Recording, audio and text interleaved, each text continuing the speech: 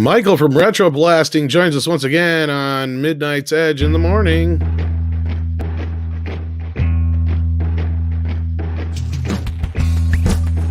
We finally got a Godzilla vs. Kong trailer and a Paramount Plus trailer too.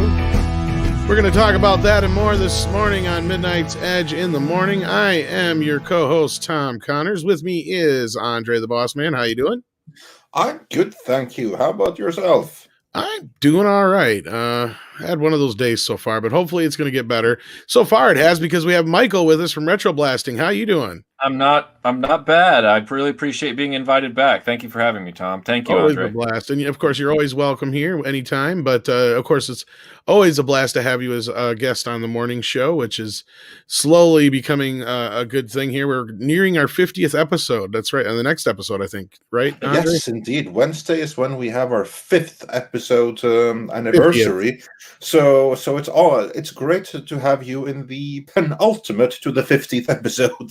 Well, it's also very smart. It's also very wise of you guys to have your numerical order just using numbers, because last live stream we did on Retroblasting, Melinda made a point of telling me that we were in our 60th something, what we call lockdown live stream, which we do every Saturday.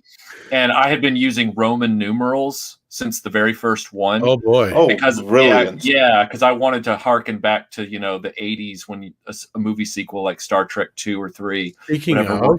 Yeah. And she's going to have to join you sometime. Yeah. And she said, Michael, the Roman numerals are just out of control. I don't even know what number this is now. You make these thumbnails. I have no idea.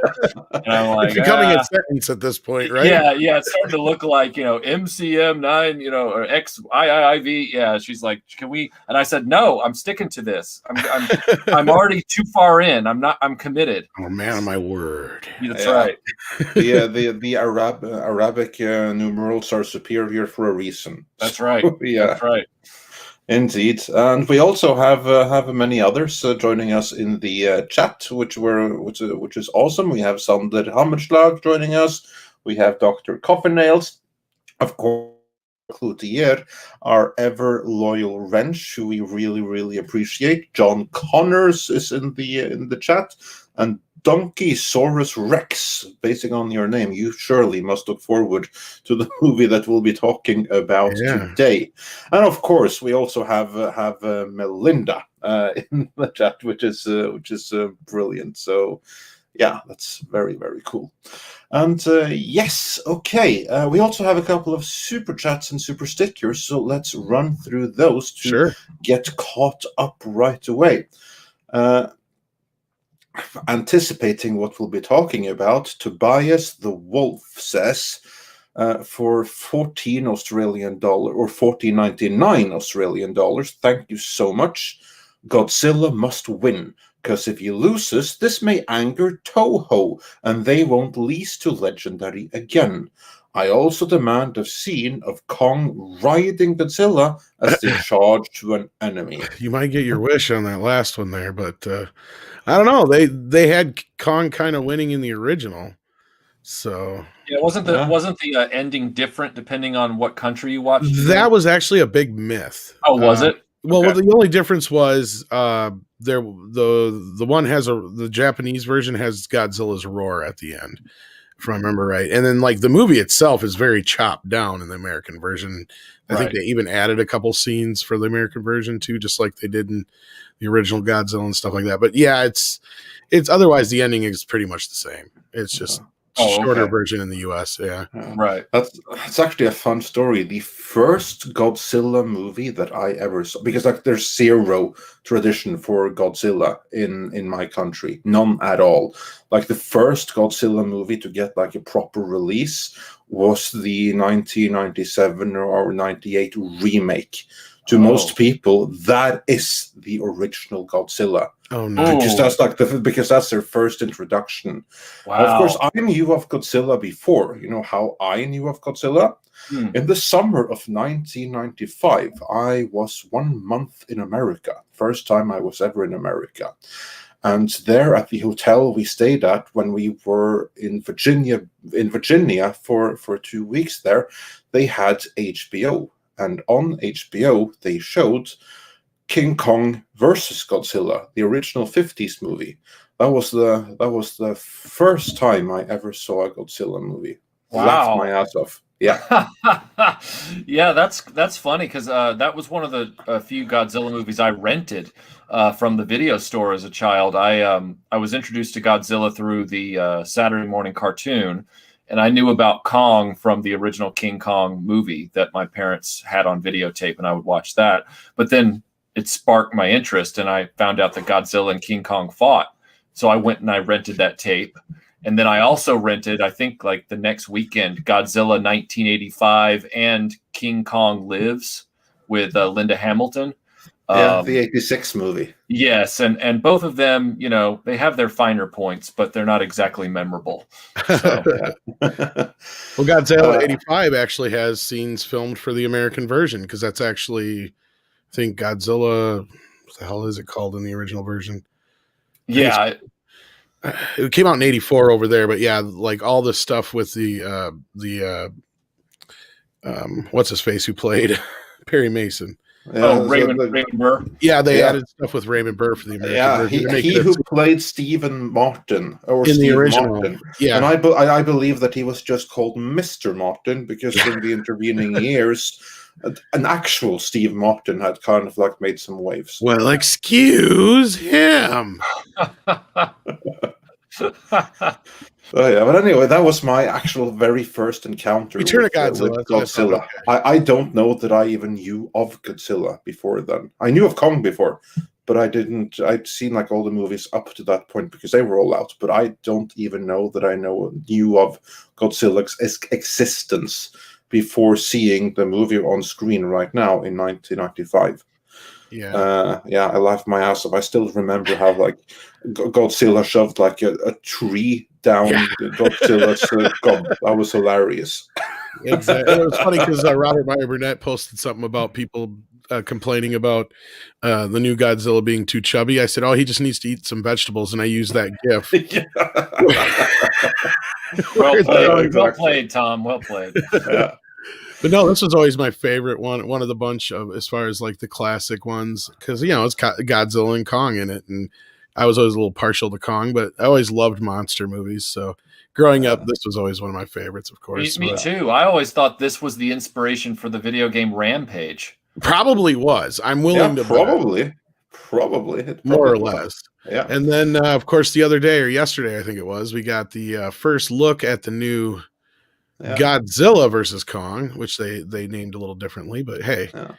We'll get into that momentarily. Culture Casino sends a super sticker. Everyone be sure to check out his channel tomorrow. Then you'll be there, Tom, won't you? Yeah, if I wake up in time. Yeah.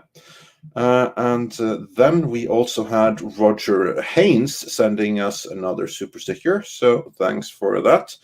And Bogue says Godzilla versus Kong equals furries versus scalies. Oh boy. What the hell is a scaly? I'm assuming it's somebody with a sexual fetish for scale, reptiles, like reptilian things. Yes. I'm sure it exists. It's got it. Yeah, there's exists so many. Remember, Rob found the end of the internet, so exactly. And that was quicksand porn. So I'm like, what the hell is quicksand porn? He's exactly what you think it is. It's a scantily clad woman who sinks in quicksand. And I'm like, what the fuck, Rob? Well, let's just. We all have our kicks, so let's. No, he just found it. He's like talking about like, you found the end of the internet. You go to the next page, Rob. It says, "Turn around. You have found the end of the internet. There is literally nowhere else to go from here. Like this is it, the end of the road." Yeah. That commercial was poignant back then when that guy hit the end of the internet. Just saying, it sticks with me. It does. That's what I thought of when he said that. And to be fair, guys, it's obviously fake stuff. It's all dramatized. It's not real. I should bloody well hope so. Yeah, obviously. It's actually more pathetic than it sounds. It's pretty stupid. And Stephen Otten says, hail Midnight's Edge. Well, hail everyone. Love the trailer. My second most anticipated movie after Dune, I guess. And we will get into the that trailer trailer ripping up YouTube. Any second now. And also on that note, Cesario JPN says, saw the Godzilla vs. Kong trailer. And is it just me, or does Kong look like Optimus Primal in beast mode from Transformers Beast Wars? I don't know. What do you think, Michael? You would know. Yeah. Funny that he brings this up, because I didn't think of it at the time, but the moment you started reading his comment, it hit me, because when I was watching the trailer, I did notice that Kong's whole look was kind of amped up, not amped up like he was on steroids or anything, but they really gave him a very distinct face, chest, and arms affect to the texturing, and I couldn't put my finger on what my brain was registering. And when you read that comment, that's what it is. He actually has like a whole fur texture and color scheme that is reminiscent of Optimus Primal. He's absolutely right. That's awesome, actually, in a weird way. So, there you go. There you go, absolutely. And also about who's going to win before we get into it here. Dolomatica says, to make a point to chat, Kong won in the Japanese original movie, so Godzilla winning is not a lock. Toho can lose their minds, which they have before. Yeah, I think we'll get into our predictions when we talk about the sequel. Jesus, it is a sequel. Yeah. Talk about the trailer.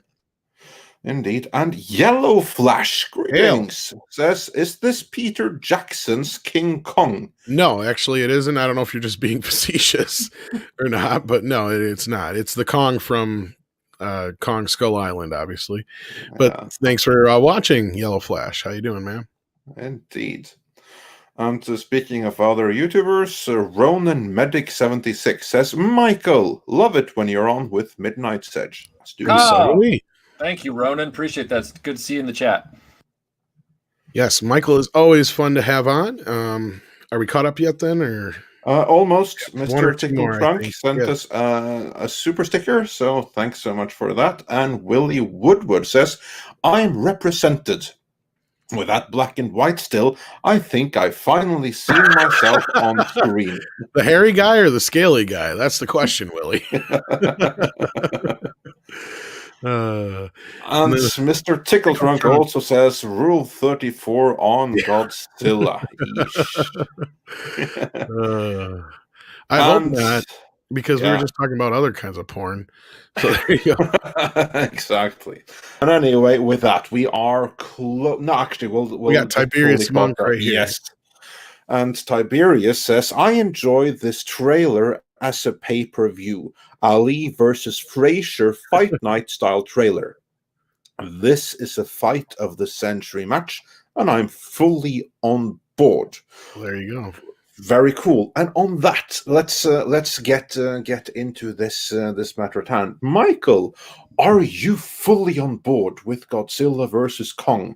And what do you feel about King Kong and Godzilla in general, as well as in Legendary's interpretation of them? Well, first of all, I echo the sentiments of a lot of people in pop culture fandom when I say that I've always loved King Kong. And I've always loved Godzilla, and I love them in their quintessential form. So, Toho Godzilla is Gojira. Not necessarily Japanese language, doesn't have to be, but I like that. I'm not big on the 1998 Godzilla attempt. I like it when Godzilla looks like Godzilla and sounds like Godzilla, even if there's a little bit of adjustment to the costume here. Oh, no, Michael, are you saying it has to go? What do you mean? Go Godzilla. Oh yeah. You know what? I know it's noon here, but it's still early. I was like, wait, what? You tripped me up. But I love Godzilla and King Kong. Have since I was a kid. I'm not going to say that I'm like an expert on both of them, but they both resonate with me, and I like watching the films they're in. When Gareth Edwards did his 2014. Was it 2014 Godzilla film? Yes. Yep. I feel like my experience echoed a lot of other people's that I heard online, which was, I wish they'd gotten to the monster faster. I wish they'd gotten to Godzilla faster. Keeping him in a Jaws type mode was a little tedious. But I feel like after that, the springboard to Godzilla King of Monsters and Kong Skull Island, it sets us up for cinema fun again. That's the way I feel about it. I don't have to nitpick Godzilla and King Kong the way other stories are, mainly because Star Trek, Star Wars, Doctor Who, all of these franchises have been very clear that they have rules and canon and this and that. Godzilla and Kong, like this super chat just said right before we started talking, it's, like fight night. And that was what I got from the trailer. I got from the trailer, ooh, it's going to be, big monsters smashing cities and big vehicles again. And it's just going to be, some fun at the movie theater. And I don't mean that to say, I hate the phrase check your brain at the door. I do not mean it like that. What I mean is this movie is giving off the vibes it intends to give. Popcorn fun. Popcorn fun. We're popcorn fun. And in a way that reminds me, your mileage may vary, but I really, really enjoyed the Jumanji relaunch with The Rock and Karen Gillan for the same reason. I liked that first one, which is technically the second. But so I'm looking forward. I'm looking forward to Godzilla versus Kong from that trailer. That will be the first movie I watch on my HBO Max account because I just skipped Wonder Woman 84. I was like, nah. I think it's done today, isn't it? I think it is. Yeah. Today's the last day you can watch it, I think. Yeah. It hasn't already ended. But yeah, I'm glad to hear that. I too was kind of excited by this trailer. I did see some of the issues I had with the last Godzilla movie creeping into this trailer, but I'm hopeful. I'm hopeful. What were the issues, Tom? Too many people in my monster movies. Oh, right. Yeah. Oh, that's true. That's true. Well, my main issue with that last one is just the convoluted part of the human story. It just got so bogged down in the wife, being on board with the bad guys and the whole ending, how it all kind of turned out with the whole family drama and everything like that was just way over the top, too much. It was like all you really needed was those poachers to force her to turn on the machine and wakes up all the monsters. That's really all you needed. Right. And then at that point, monsters fight. Yeah. And that's kind of what we're seeing here. I hope that's what the movie is, because the guy's like, the guy from the last movie, he's like, Godzilla is destroying and we don't know why. And, whatever's got him all on edge. And then I'm sure we'll figure out what that is eventually. But whatever it is has him on edge. I'm sure these two will team up and fight against. I have a good idea of what it is, possibly. But yeah, and then we get to see the newer, older Kong, which is the same Kong from Skull Island, only he's more mature, bigger. Much more mature, I guess, for lack of a better term. And I mean, I guess at first I was kind of put off by the rapping in the trailer. I'm like, this feels more like a TV trailer than a movie trailer. Like I would expect like big boombastic, like symphonic music for the fight scenes in the movie trailer. But you had the music from 2001 and Space Odyssey again, which has kind of like been in all the trailers. Yeah. So there's that. I'll be honest though, the second time I watched the trailer, I kind of got into it. So like at the same time, it still feels like what we get for a TV trailer, but you know what? I don't care. I'm on board. So. Yeah, when it comes to music and trailers now, I realize that there are just trends for trailer music that, come into these action pictures, and it's almost the music becomes kind of like static noise. To me, it's just kind of like I have my preferences for orchestral, but I'm just watching for good visuals, good lines, good cinematography, and good pace, and then roll the dice on the rest. No, and I guess it looks like a lot of the people agreed with me that the rap music was a little out of place too, and it sounds like you're kind of feeling the same way. But yeah, I don't know. It did feel kind of gimmicky. Mm-hmm. But outside of that, I think you're right. It's part of the point. I think we're just getting a fun movie, and they're not hiding that. They're not pretending anything else. It's just going to be like, you're going to get these two guys, and they're going to just duke it out. That's what you're going to get. What do you think, Andre? Well, probably. It's gonna. I don't think it's gonna be very deep or anything like that. I think that the coolest thing is probably going to be some of the lore that I think that they will be exploring a little bit more with, like, ancient history and Hollow Earth and those kinds of things. Because to me, as I said before, I didn't grow up with Godzilla. Like, I was only learned of it in 1995 due to the Kong versus Godzilla, and then I liked the other movies fine. Like, the only movies of Godzilla that I'm a fan of is the original 1954 because of the subtext, and Shin Gojira. That movie is freaking awesome. That's how you do a remake. Shin Gojira is awesome. Exactly, and I like the King Kong movies, all of them for the most part, and the remaining Godzilla movies, the Toho ones, I can't even see. I know that's probably sacrilege to some, but I just can't. I can't get into it. And as for the legendary movies, didn't really like the 2014 movie. Kind of liked Godzilla King of Monsters. My favorite part was actually the end credits, where you can, like, freeze frame and read, like, some of the lore. That's what I liked the most of that whole movie, actually. The end credits, go figure. and that's kind of why I'm excited for this, because here we'll probably get a little bit more of the lore, but after watching the trailer, I'm more into it than I thought I would be. Like, it engaged me more than I thought would be possible. I see, like, in the cinematography, you have, like, those disgusting tertiary colors that I really don't like, that take me out of thing. But other than that, yeah, this kind of looks cool. So I look forward to seeing what they're going to do, and I hope that they'll stay somewhat grounded, or at least as grounded as you can be, given the subject matter, which requires some level of, or actually a hell of a lot of suspension of disbelief right away.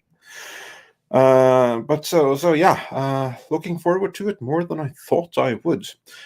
There's one thing I'm curious about, though, because one thing is that everyone has been saying for years, is that a genuine King Kong versus Godzilla matchup that's going to last for half a second, because that's all the time it's going to take for Godzilla to stomp out King Kong, who in all previous iterations is but a fraction of his size. Like, for instance, even in Kong Skull Island, Kong was but 1/3 of the size he has grown to in this movie. So we don't know exactly how old Kong is, but what we do know is that in the approximately 40-50 years it's been since that movie, like, in terms of within the continuity of the movies, right, he has increased his body mass by 300% approximately. And that's what they had to do in order to get the two of them up to the same size. I was, like, thinking, okay, they're going to give him weapons or something like that. No, they're just going to grow him. He's got a weapon. So they're just saying, yeah, I know, but still, the main thing is that they grew him to be Godzilla's size, which to me is a cop out. So yeah, you can overlook that. Well, what else are you going to do? I mean, if there's any character in cinema history that has the right to ape logic and continuity, I think it would be King Kong. I'm going to see myself out now. I know. No, that was good. No, I agree. I'm just kind of like, you know what? You got to do it that way. What else are you going to do? So you figure, like, okay, so when we saw him in Kong Skull Island, he was like an adolescent, probably, is what I would say. And then now he's full grown. So, and I like the bit in the trailer where he's got basically like the Stormbreaker axe thing going on. And, when he's sitting there chained to the thing, like all the Kong stuff to me is just, I'm eating it up. Yeah, I love the fact that he was practically using a aircraft carrier as a surfboard. Yeah, he just had it under his feet. I'm like, wow, that's some buoyant technology right there. But I just love Godzilla comes in and takes out like 2 of the aircraft carriers, just like nothing, and then Kong's just like, bring it on, Yeah.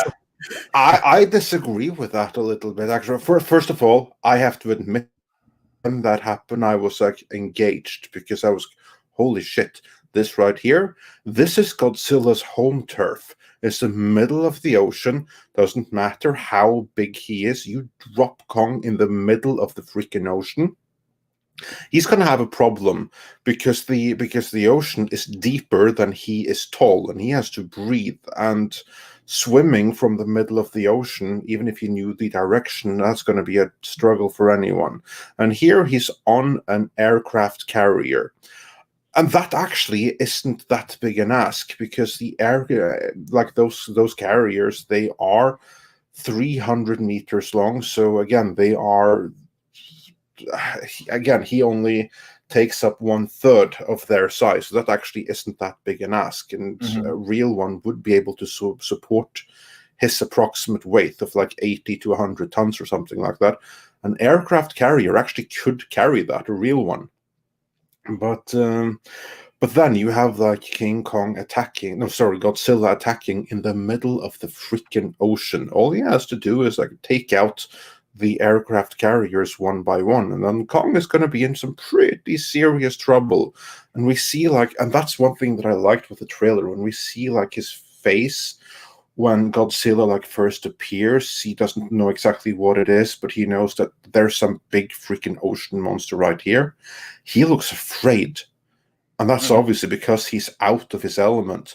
And that's probably why they're even able to keep him passive, because he sees that, oh shit, I'm in the middle of the ocean and I have nowhere to go, so I might as well just stay put. Well, I think that's their first battle, and I think Godzilla's going to win that one.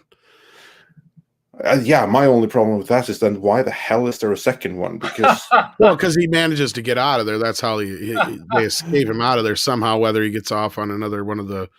they'll probably come in and get him airily, is what I'd imagine, somehow.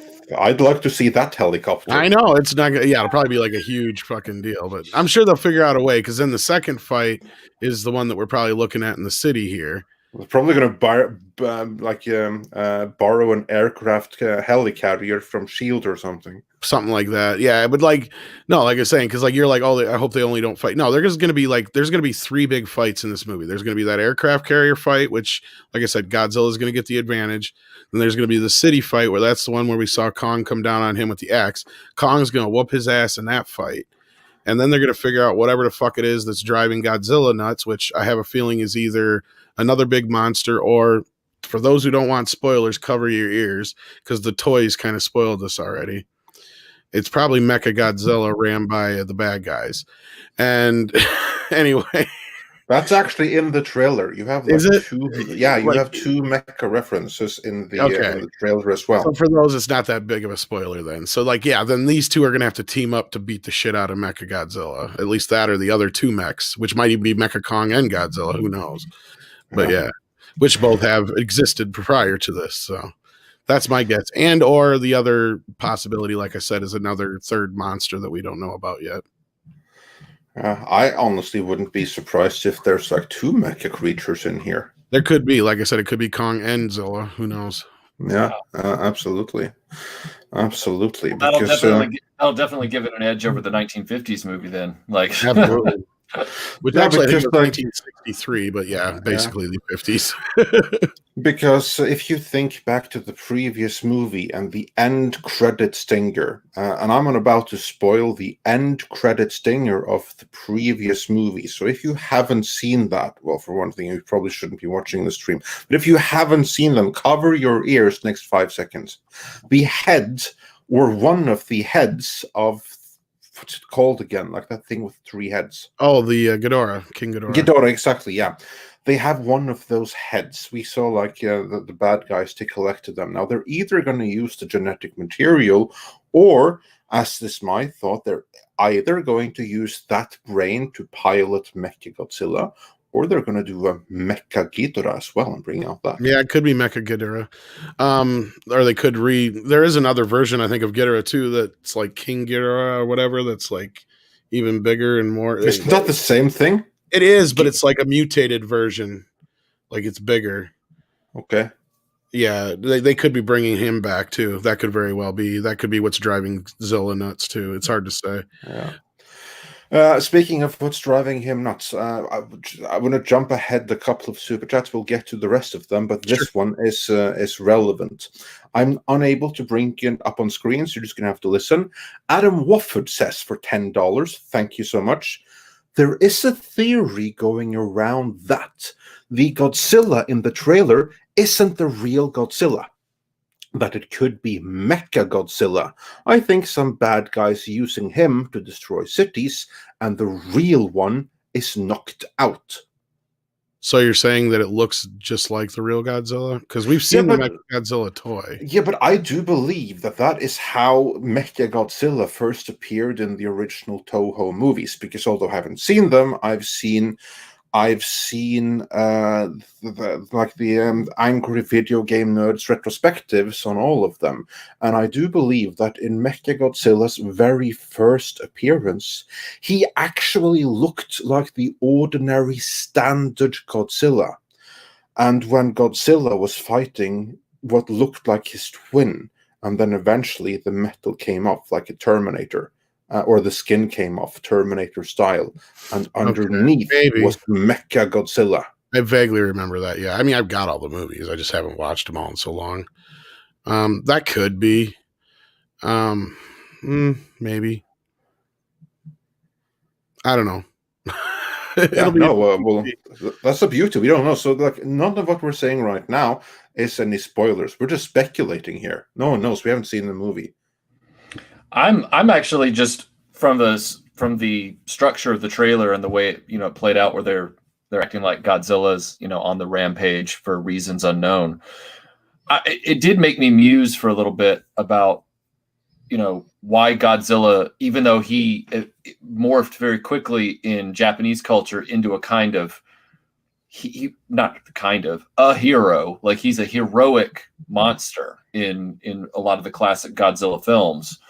Whereas in the American films and even dubs, they've kind of kept him as this, threat. He's always this monster threat. And, in the original King Kong versus Godzilla, King Kong had to stop him. And in this one, they're positioning it as Godzilla's going haywire-ish. And I just wondered, given how the internet has allowed the original Gojira versions of all the films to be seen, and Godzilla has a massive fan base in Western culture, why the American films are still positioning him that way. And I don't mean to get too heady, but I just wonder culturally what that's all about with Hollywood, why they always make Godzilla the threat. Well, he was kind of, in the last one, they kind of did the twist a bit. I mean, I get what you're saying, like, because the first movie, he was obviously a threat, but then he also fought the other bad, Right.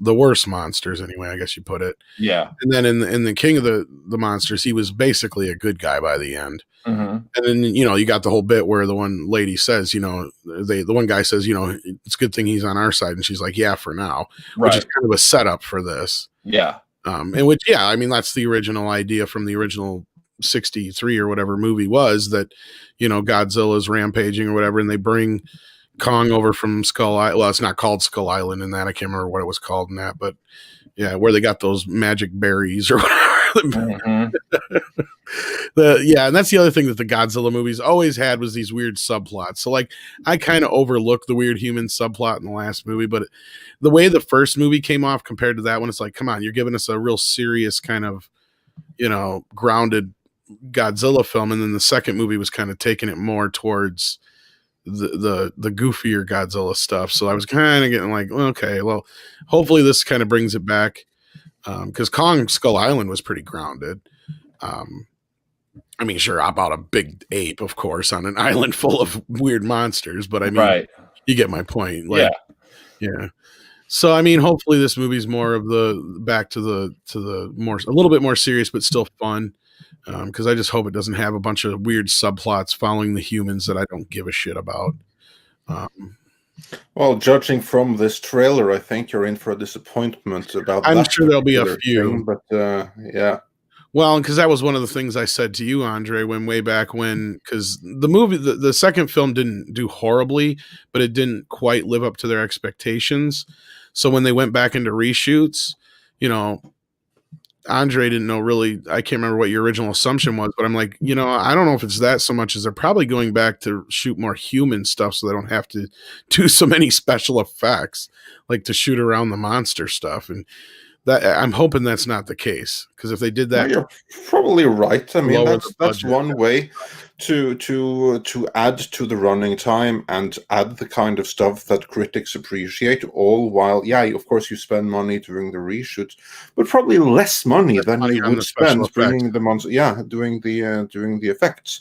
And you can tell that a lot of money has been spent on the special effects. Like if you Yeah. look at the details, especially in Kong, like just when, just like when he opens his mouth and every single detail and everything there. So yeah, they spent money on this, a crap ton of it. I hope I'm not disappointed. I hope it's fun.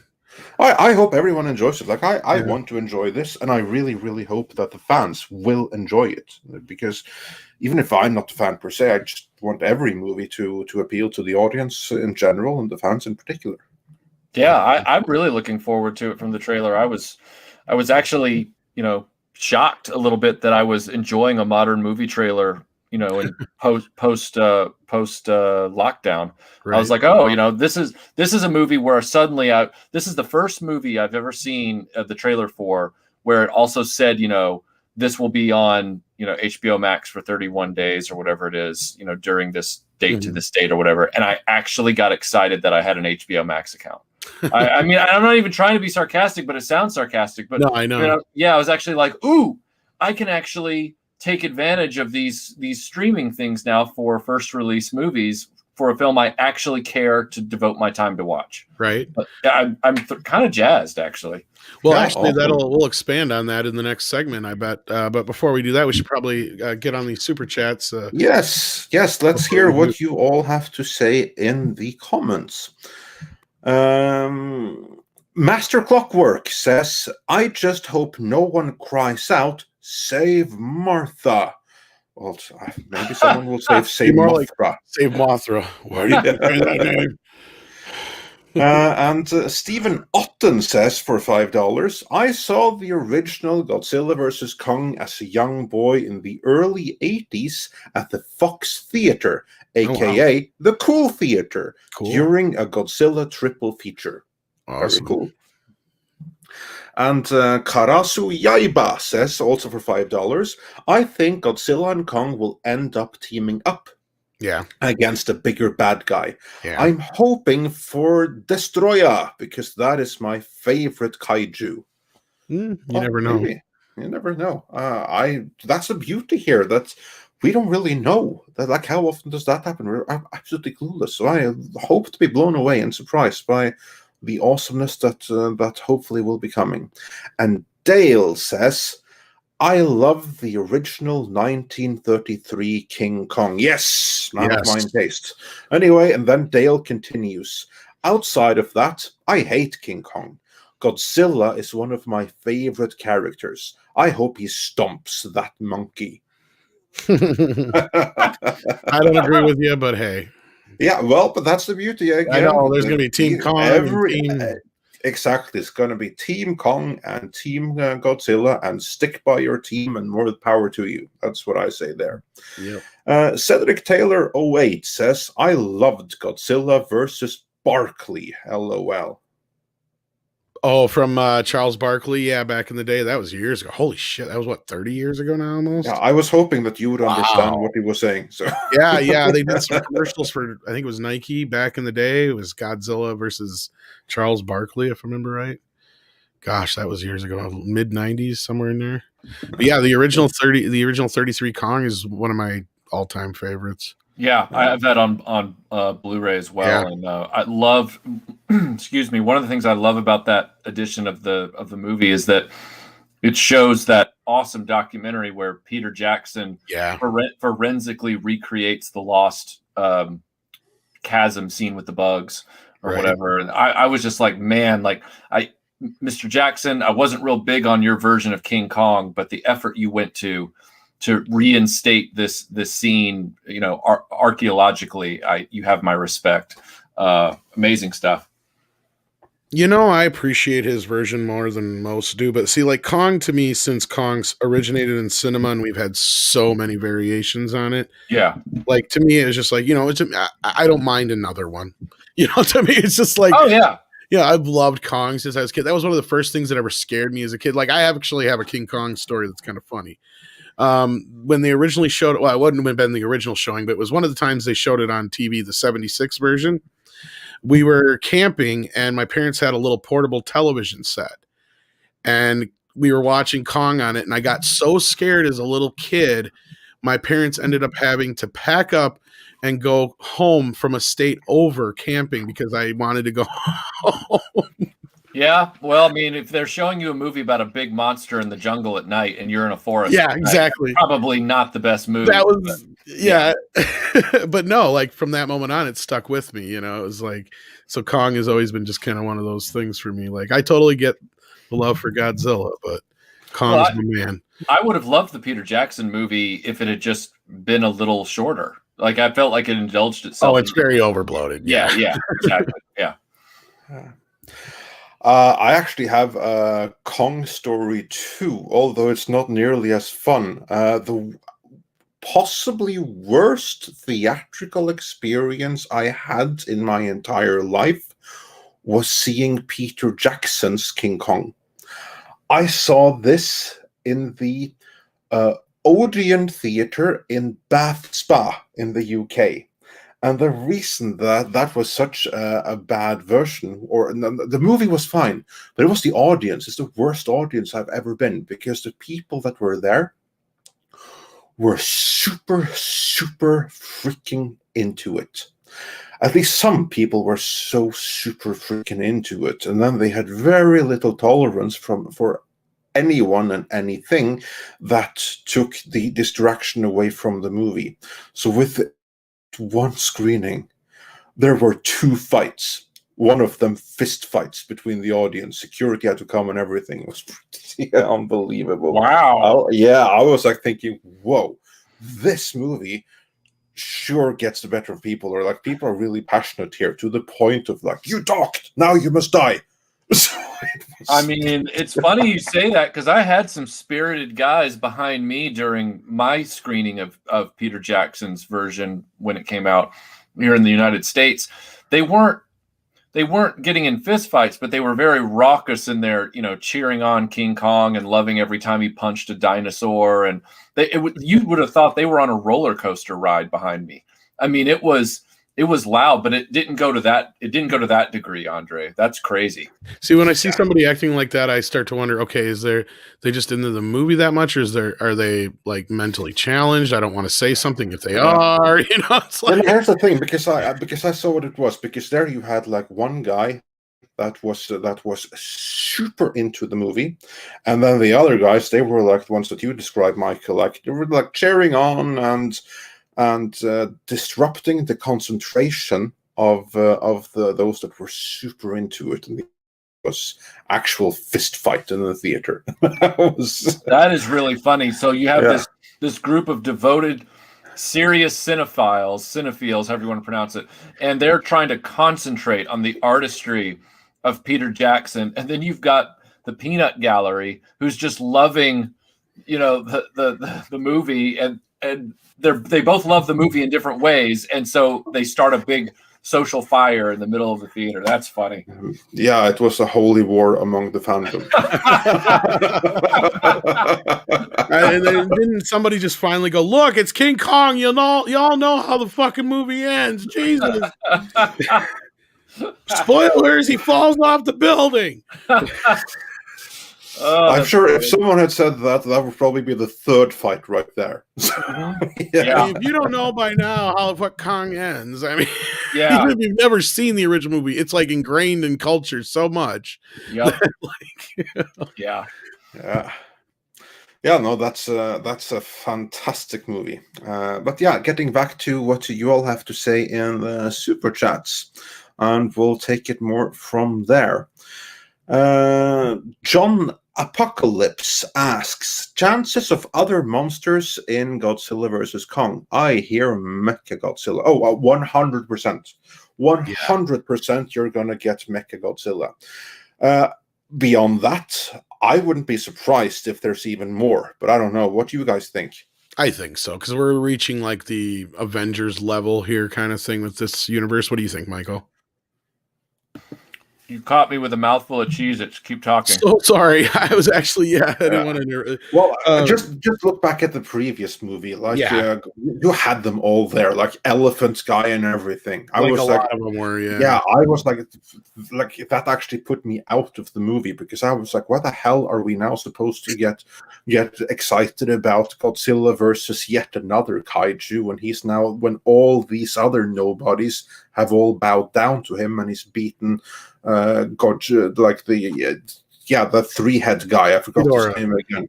Thank you. Why are we supposed to be excited for, like, this needed to be the third movie, not the second? Well, really? Outside of Ghidorah, Kong is probably his biggest. No, go ahead. Sorry, Michael. No. Please finish your thought.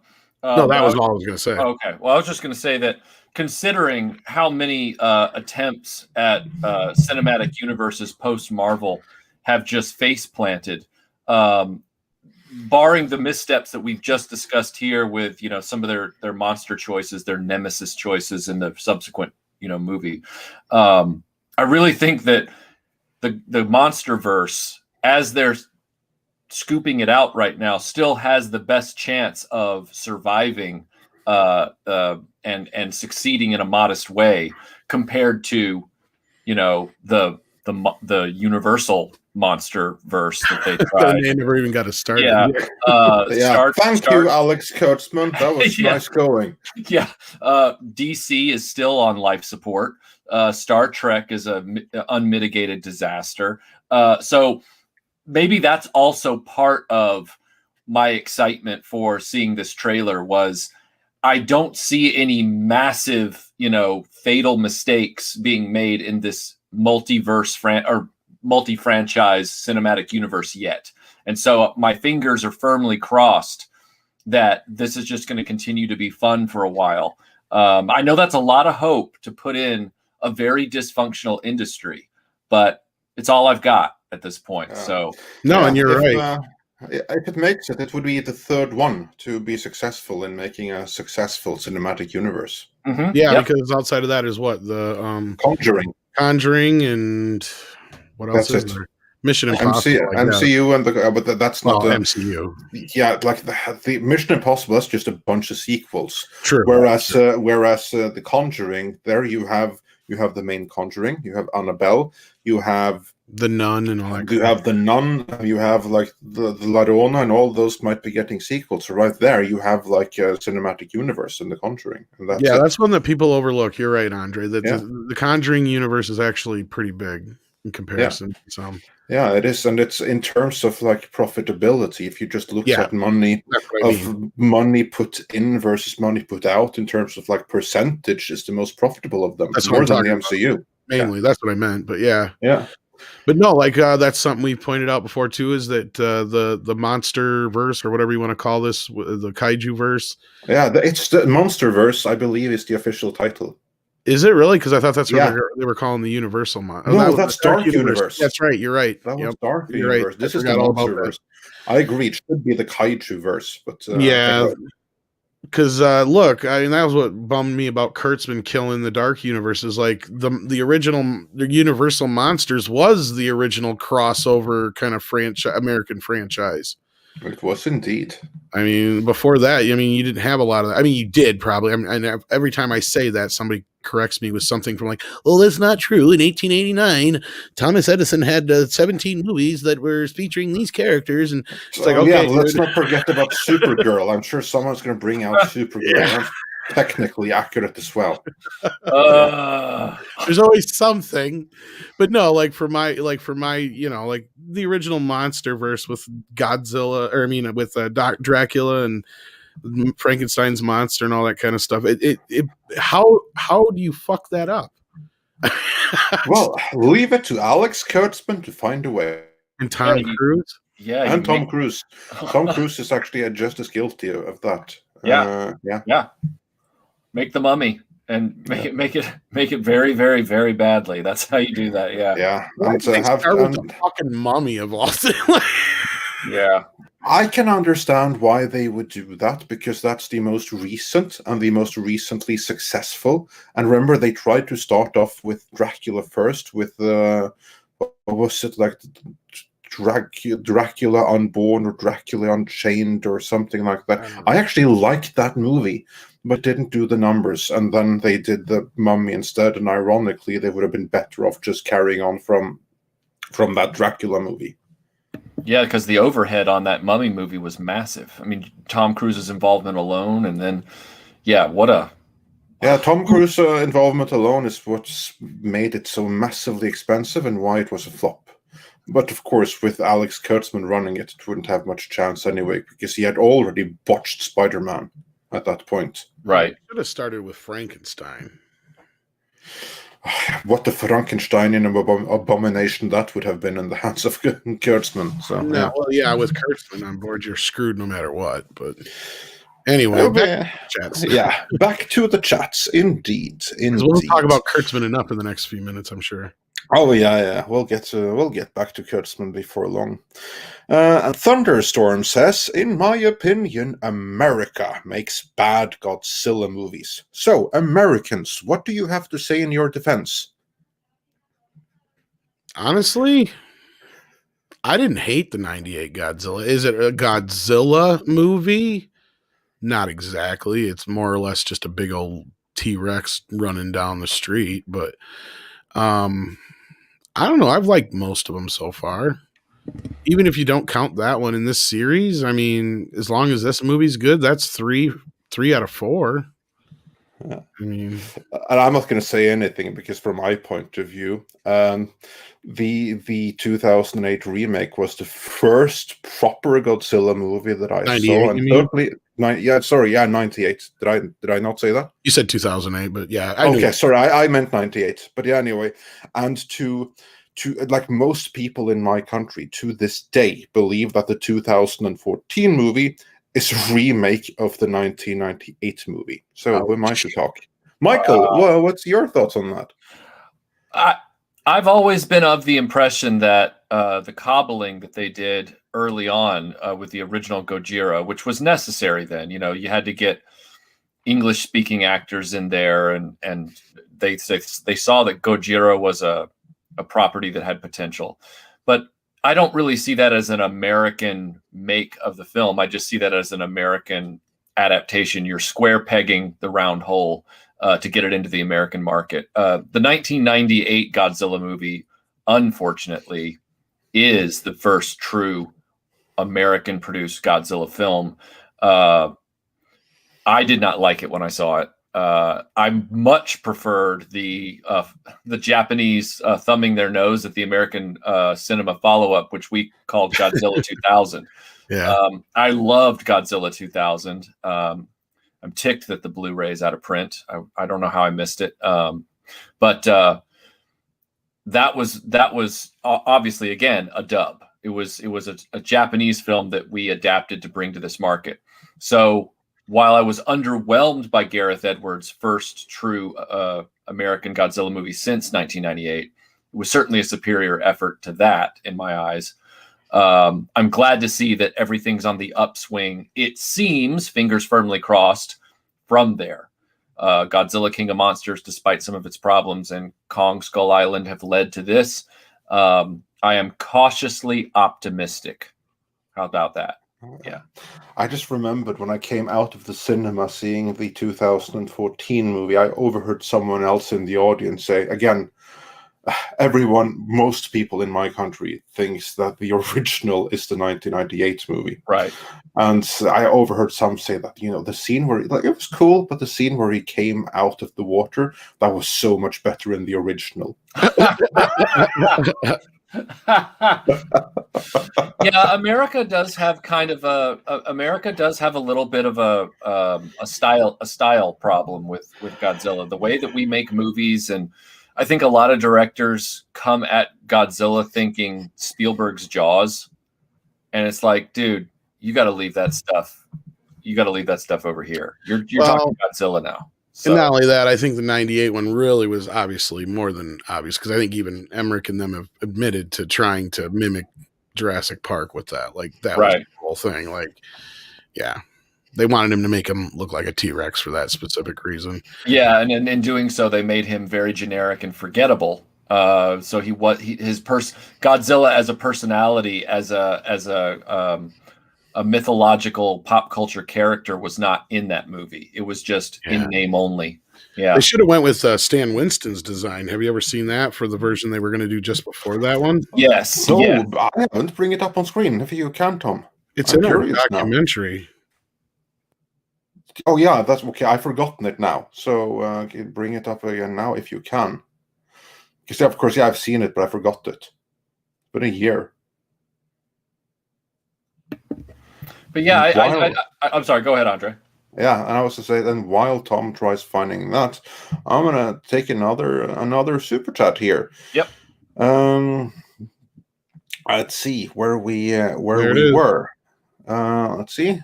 Oh yeah. Yeah, that to me that looks like the Hanna-Barbera version. Pretty much. It is a lot better. Yeah, than what we got. Yeah, that other monster would have been cool in another movie, but it just shouldn't have been called Godzilla. Yeah, that's what I'm saying. As a monster movie, I don't mind it, but as a Godzilla movie, no, it is not. That is not Godzilla. Yeah. And then Mr. Tickletrunk says, for $5 Canadian, monster movies are like WWE wrestling. A little smack talk, then give us over an hour of Yokozuna and Hulk Hogan yelling, sweating, and pile drivers. He's not wrong. That sounds like how it should be. And Bogue says for 20 Mexican dollars, Godzilla Final Wars is the best Godzilla movie. Fight me. I don't know about it the best, but it's a good movie. And that's the one where they, like just said on screen here, Broken says Zilla was officially added to the Godzilla War. He was in Final Wars. Yeah, he gets his ass kicked in like 2 seconds. Yeah, stomped down or like blown away with fire. It's real quick. Yeah. I have to say that the Japanese were horrible in terms of continuity with that whole Millennium series. Oh God, they were. That's the funny thing about it. That's where I said, like, I can overlook some of the stupid human shit in these movies because they're always full of bad continuity and weird, goofy aliens and all kinds of other weird shit. But I just would liked it if it was a bit more grounded. That's all. Yeah. Leo Convoy's Review says for $4.99, hashtag LioManBad is here to listen to some Godzilla talk. Well, I hope we haven't disappointed. He's a good guy, and he's a big fan of Japanese animation and kaiju. So I'm sure he's thrilled that we're all talking about this. I'm sure he's not thrilled with my views on it, but I really hope that you will enjoy the movie. Well, at least from the trailer, for the most part, it looks like we're getting exactly what we'd want out of one of these movies. So I hope so, because again, to me, it means very little, but I want the fans to be pleased, as I always do. Like, I want any movie to appeal to its core audience. And if it does that, if it manages to tap into what makes the property appealing in the first place, then it's my belief that the mainstream audience will follow suit if you win over the hardcore fans that get the property. So I hope that they've started that way instead of thinking we have to go as wide as possible, because then you lose the original fans, and in the process you will have made something generic. So yeah, I hope you all will enjoy it. I really do. Basebloater has a bit of a different idea on how the movie's going to go compared to what we thought. He says Godzilla beats Kong. Mechagodzilla takes advantage of a tired Godzilla. Kong saved Godzilla. Kong and Godzilla team up against Mechagodzilla. They win. Best friends. No, you never know. Yeah, I do like the way he phrased that. I'm visualizing them, holding hands like good friends and fist bump. Yeah. Oh, that's right. We're in modern times. Fist bump, and then walking over a grassy hill into a sunny dale together. and then direct walking away in slow motion to Godsmack. Yeah, indeed. Well, it'll be interesting to see. And moving on from there, Taker610 says, "Is Kong wielding Mjolnir at the end of the trailer?" Looks more like Stormbreaker. Exactly, that looks like Stormbreaker, which is more appropriate for him anyway. That's been known for a while, though. That's in the toy that's been out for 6 months now, Michael? Yes, you are correct. Yeah, I saw them months ago. What I would really like to know. Oh, sorry, go ahead, Tom. No, I was just saying, I think it's going to be badass. Is all I was going to say. Yeah, I just keep wondering if the species that Godzilla and Kong come from, if they mated, would we get the Kowakian monkey lizard, aka Salacious Crumb? And then why is he so small compared to his parental brethren? Genetics. Yeah. All right. Well, that's my useless thought for this particular. No, but that's a very good question. If anybody out there who knows science stuff that can answer that. So say that one more time. Salacious Crumb in Return of the Jedi has always been called a Kowakian monkey lizard, which I thought was a weird juxtaposition. And then I just thought of now as like, oh, well, Godzilla and Kong are a large lizard and a large monkey. And I'm like, so if they got together, maybe they'd create Salacious Crumb from Return of the Jedi. Yeah. Well, at least we know what their offspring would look like. Right. The growth spurt must be epic. Well, and usually Godzilla is kind of generally referred to as a woman or a female. So, that's right. Depending on which version, but 9 times out of 10, yeah. Yeah. It all works. I had no idea. Oh, okay. Well, that's cool. Well, because she has, he, whatever. Asexual could be too. Godzilla could be like a flatworm, is what you're saying. Yeah. And then Silver Nova says, for $5 Australian, "So many people are hyped for this movie, myself included. This plainly shows how starved we have become for lack of good old-fashioned fun." Indeed, it does, doesn't it? And Heck No backed me up on that because, Godzilla has eggs. Yeah. And this is true. And the Gay Rascal says, "I'm late, but I love Godzilla no less than you." Maybe you do love him more than I do. I do have a lot of Godzilla crap, and I finally got a new Kong. Oh, man, NECA finally did something good, but I'm afraid to take it out the box, Michael. I got the new Kong, and it's got the classic 33 head. Really? Yes, and I'm like, I want to take it out of the box. Just read up on the forums first and find out if there's a lot of pictures of broken Kongs. Just look around. They'll come up instantly. I promise. Oh, I'm sure they will. That was like, I got to get it since it had the classic 33 head, because it is tough to find anything with that classic style. So. They said that their Godzilla stuff years ago was actually some of their quality stuff. People kept telling me the Godzilla stuff is some of the only stuff NECA's made that wasn't consistently breaking on people. I have like 3 or 4 of them, and the ones that I've opened are real durable. Yeah, extremely durable, especially for NECA. Like they're even heavy duty. Yeah, so it makes me wonder, could Kong be the same way? But I don't know. It's pretty heavy in the box. Yeah. Tom does too sometimes. See, because I'm under the R&B influence, and that is what are you going to do with them? Unless you're going to sell them, play with them. Yeah. Otherwise, you're just creating a store where you don't sell anything. Basically. Yeah. Indeed. And then we have Lio Convoys Reviews again, says for $4.99. "I don't know, man. I don't really need all that much real world logic for giant monster fight." That's kind of the way I feel. Yeah. Yeah. But it just overcomplicated it in King of Monsters is what I was trying to say. You didn't need all that exposition. He might also be commenting on me making a joke about surfing on a aircraft carrier. I wasn't saying that I wasn't accepting it. That's one of the reasons I want to go watch the movie, is because it's just like, I just want to have fun in the movie theater with something that, is there to please the crowd and be that warm smile for all of us. I was certainly not saying that aircraft carrier shouldn't be there because logic. I mean, it's King Kong and Godzilla, really. Right. Yeah.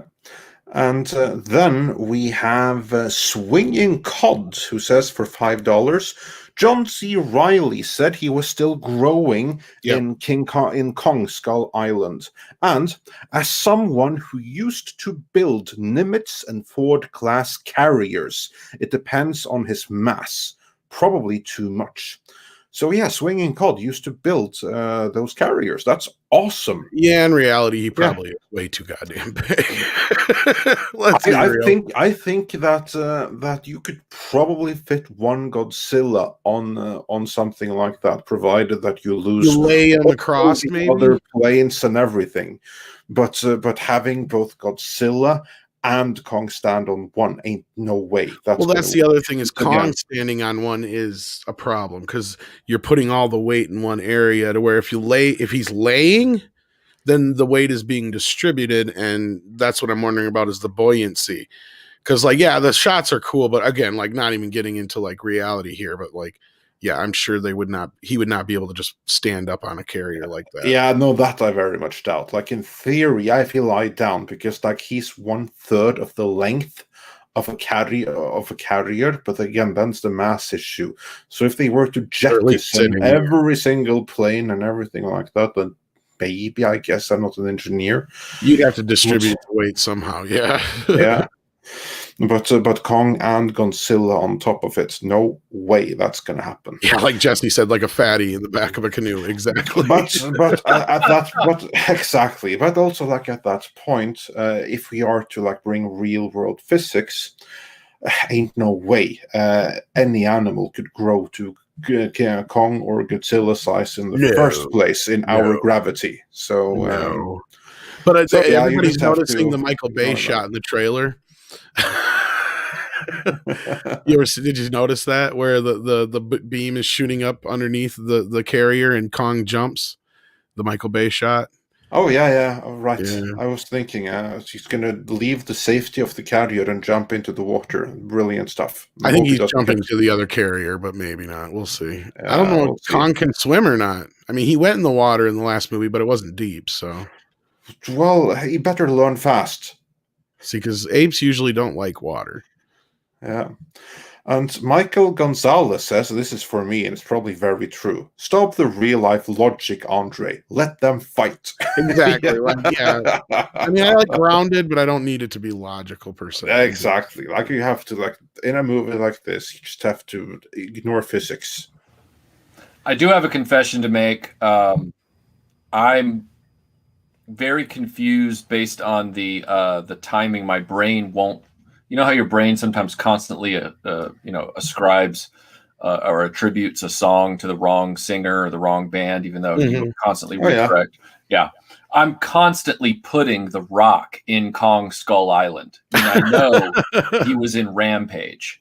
And I feel like that has to be because the same toy company did the toys for both, I believe. Probably. And it's just, and I'm like, no, he was in Rampage. He wasn't in Kong Skull Island. So my brain keeps saying, I wonder why The Rock didn't come back for Kong versus Godzilla. And I'm like, the other half of my brain's like, Michael, he's not in Kong Skull Island. I'm like, oh, right. I'm just glad we're not getting aged up Brie Larson. Oh, yeah. Thank the Lord. I am a little bit upset that we're seemingly not getting aged up Tom Hiddleston, though, because that I wouldn't mind. Yeah, I was wondering why he wasn't there. I guess conflict or that's weird. Well, they'd be old by now. That's the whole point, I think. Kong takes place in 1976. Right. So they'd be I wouldn't mind aged up. As I said, I wouldn't mind him aged up. They might have a cameo. After the retirement home or something. That'd be perfectly fine. I would say they might have a cameo. We don't know that for sure yet. Just hope to God it ain't Brie and she's too important. Yeah, no, there's no reason to destroy the movie with her presence. Hiddleston is a little easier to get, probably. Yeah. And then we have DB Cooper, who says, oh, this one is for you, Tom. In what film Campbell underused starring a gorilla? It makes Amy sad that he's only in Congo for 5 minutes. That's what. Yeah. And Daniel C says, I just got here and I want to say the music sucks. Well, we did have that debate a little earlier on before you got here. So, yeah, you're pretty much, most people agree with you that the music felt a little out of place. But to me, like I pointed out, it felt like it was a TV trailer, not a theatrical trailer because of that. Well, to be fair, we saw it on YouTube and not on the big screen. No, I know. But like that's like a typical thing they'll do for like TV trailers. You know, they'll throw in a pop song and whatever, or whatever the popular song is on the soundtrack. But yeah, it just for a theatrical trailer, I would have expected a bit more of a symphonic music. But yeah. And the real General Sod says, you should talk to a YouTuber called Alteori about this movie. She's an expert on the Monsterverse. Cool. Right, we'll make a note of that. Alteori.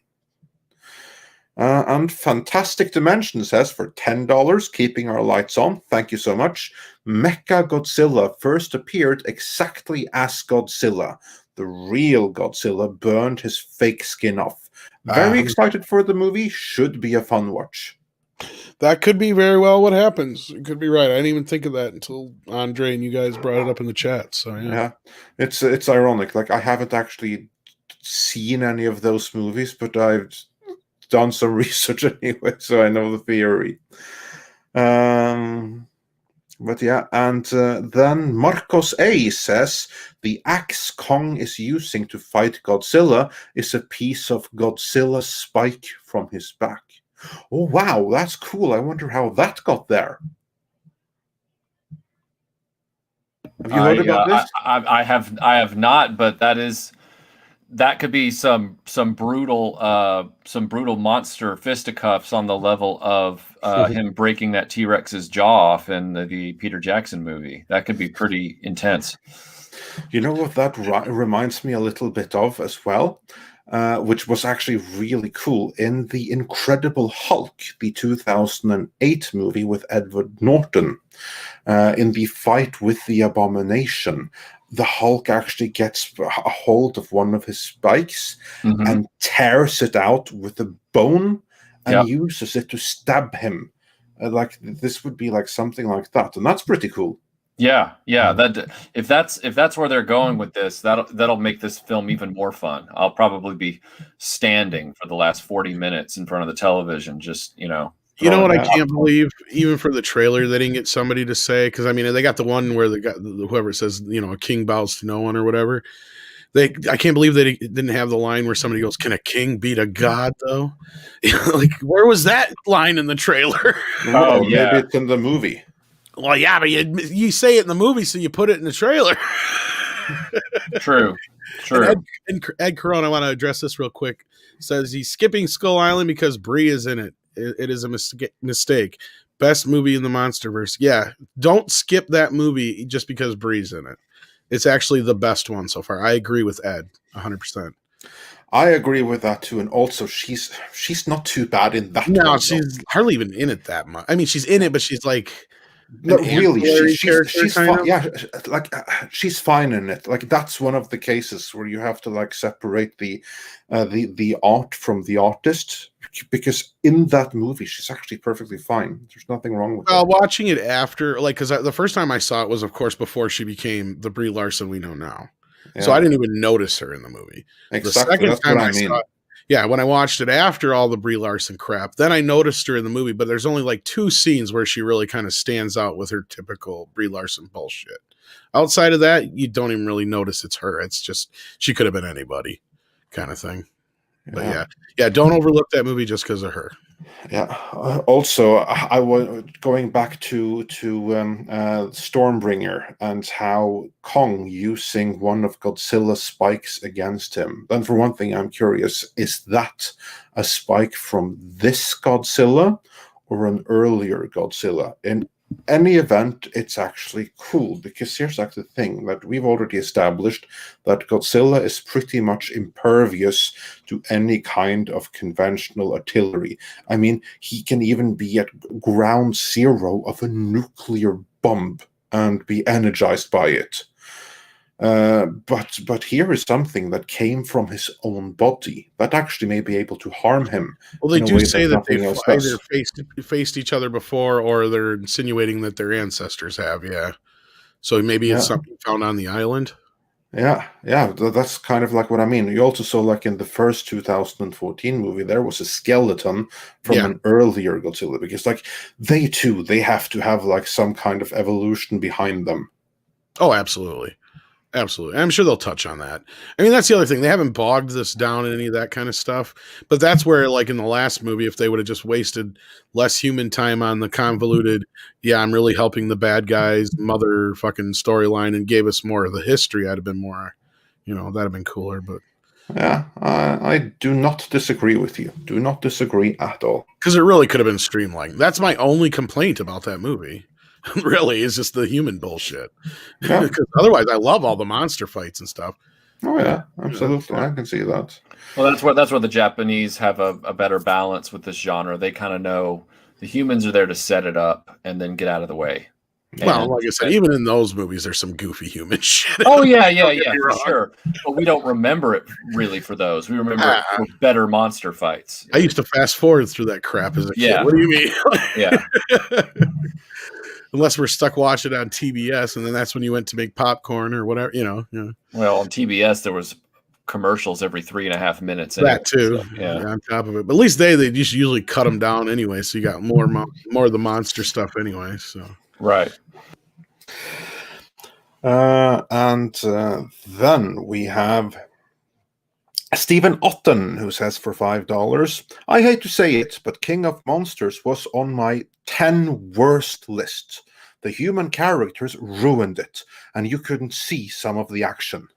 I do agree with the human characters were bad enough that every time I talk about that movie, they come up. And it overshadows a lot of what because I went into that movie like ready to be like entertained. Like I like checked my brain at the door, as Michael said earlier. And even with doing that, it's still like, wait a minute, this is just dumb. Come on now. The whole mom being part of the plot and everything was just like, oh God. And David March says for $10 Canadian, thank you so much. Godzilla faces all the hatred and misunderstandings that new immigrants have. Well, if you feel that way, then I'm not going to try to sway that in any way. And Stephen Otten says, remember the Taco Bell commercial where the dog tries to catch Godzilla, but once it looms over him, he says, I'm going to need a bigger box. I'm going to need a bigger box. Yeah. Yes. Was that from the? Yeah, I was about to say. I think I put that in the documentary we made. Yeah, I think you did, because that actually seems familiar. I think. Oh, that was everywhere when that came out. Here, laser. God, I remember the passenger buses here. Had big all the big bus stickers that said Godzilla's foot is as big as this bus. And it was like. I mean, it was a media marketing blitz. Yeah. Well, they probably spent more on the advertising than they did on the actual movie. Yeah, I remember hearing a stat that summer that said that the overall Godzilla push ended up being just south of like $400 million or something. They barely made their money back. That's all I know. Yeah.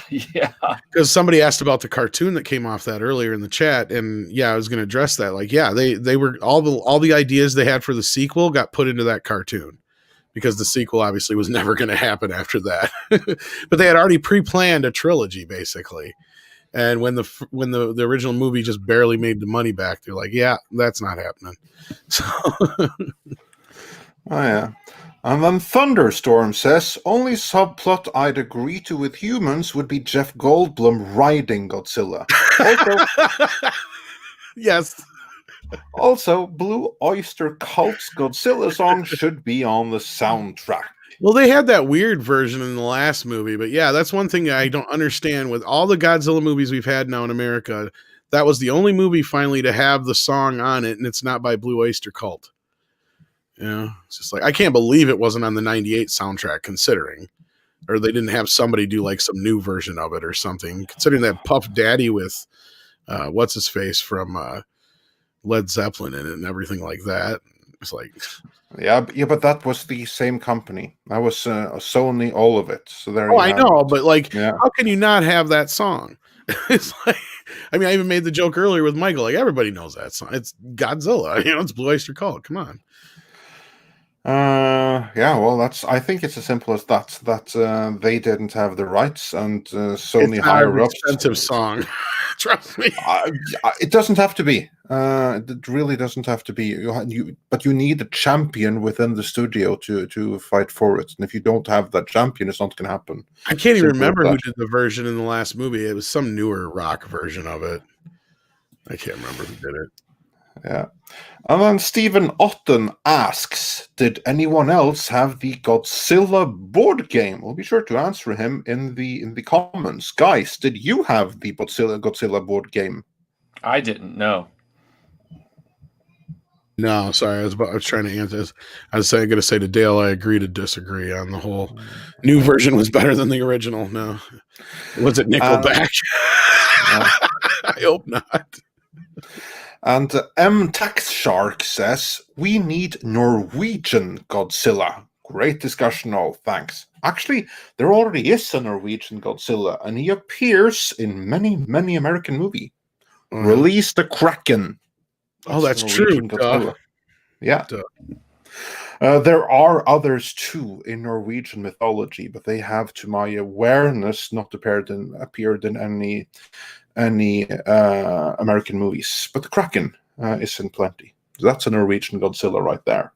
Release the Kraken. It's not the coolest one. The coolest one would be the Midgard serpent that coiled around the entire Earth. But hey, yeah, version of the Kraken in Clash of the Titans is kick-ass. The original, you mean? Yeah. I don't even count that remake. Yeah. I like the sequel to the remake, though. That's like the funny thing. I really don't I care don't for the remake, but the Wrath of the Titans, the sequel to the remake, that's actually pretty good. I have them both on 3D, and I don't know if I've ever even watched the second one. To be honest with you, the second one is the good one. Yeah, it sounds to me like it's the Tomb Raider situation all over again. Not that Wrath of the Titans is same thing there. I watched the first one, but I never watched the second Tomb Raider because I didn't like the first one.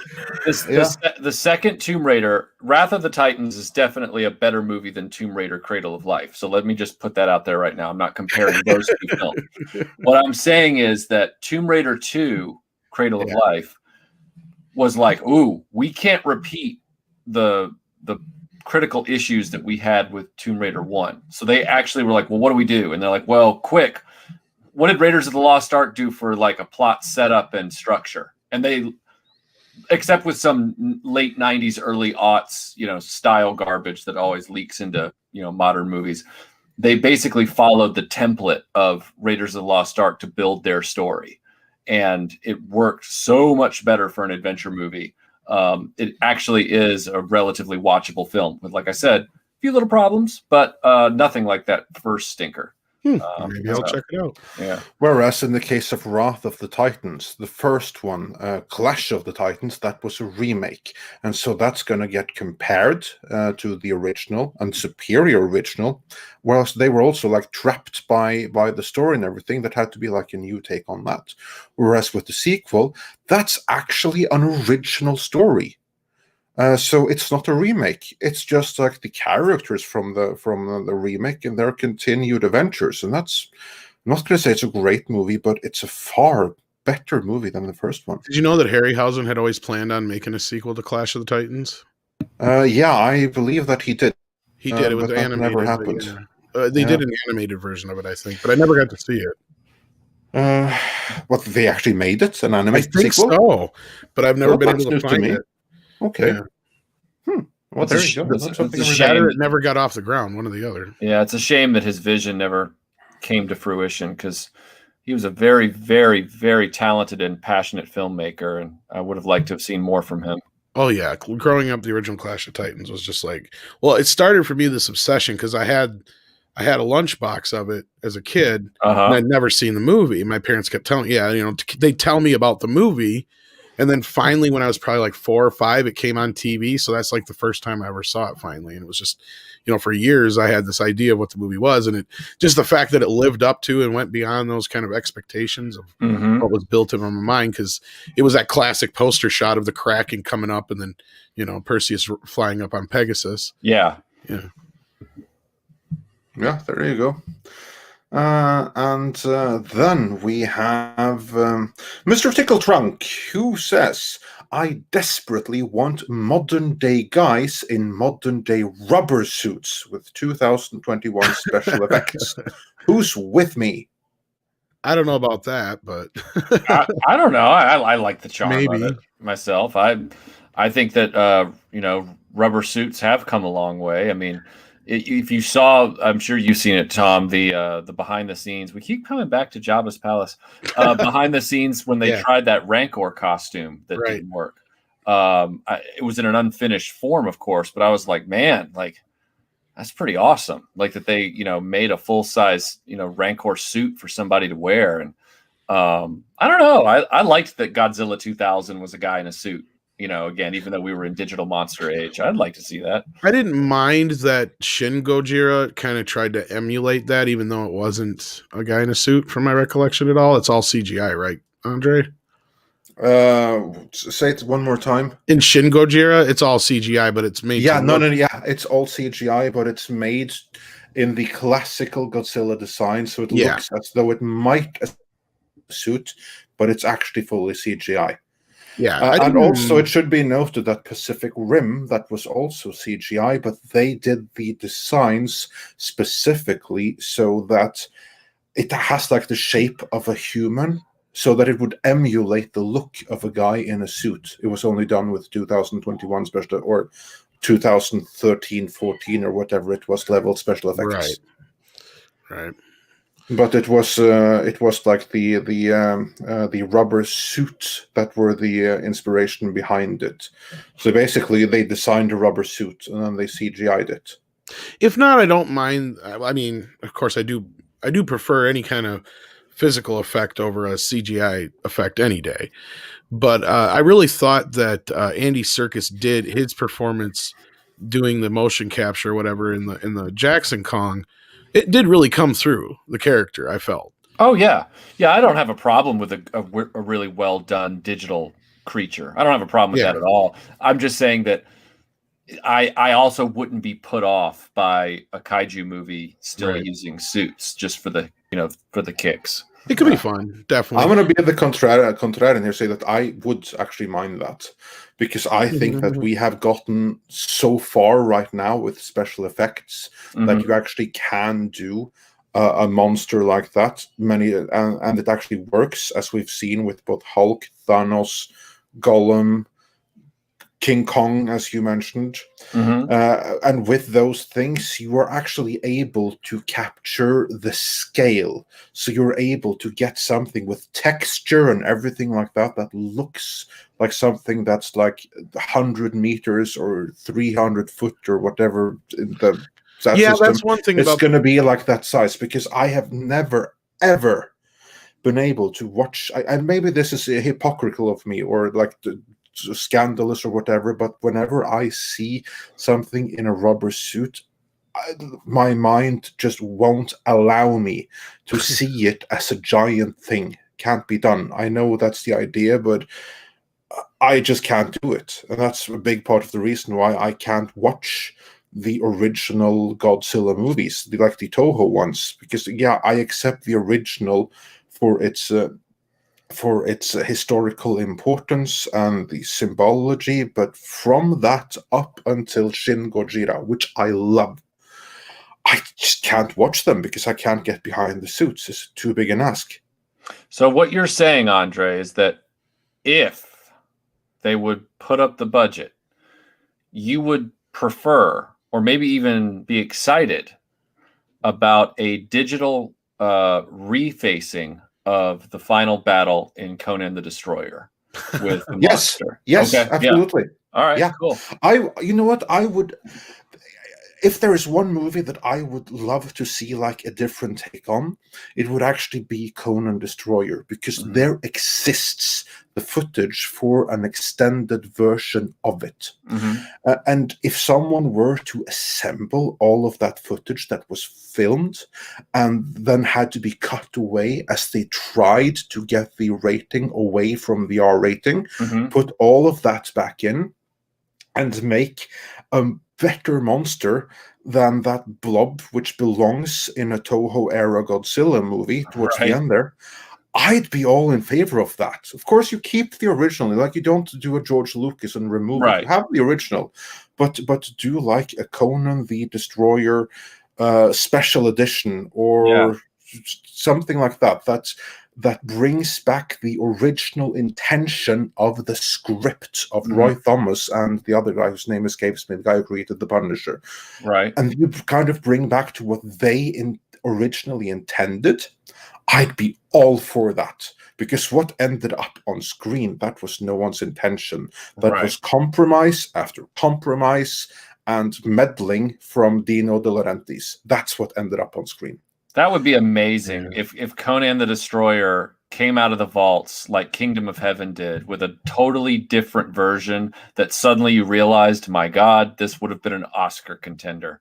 Like, I don't think it ever would be an Oscar contender, but it would have been a better movie. Oh, I'm joking. I'm exaggerating, of course. But just to say, like, what a redemption. Those cinematic redemption moments are so rare.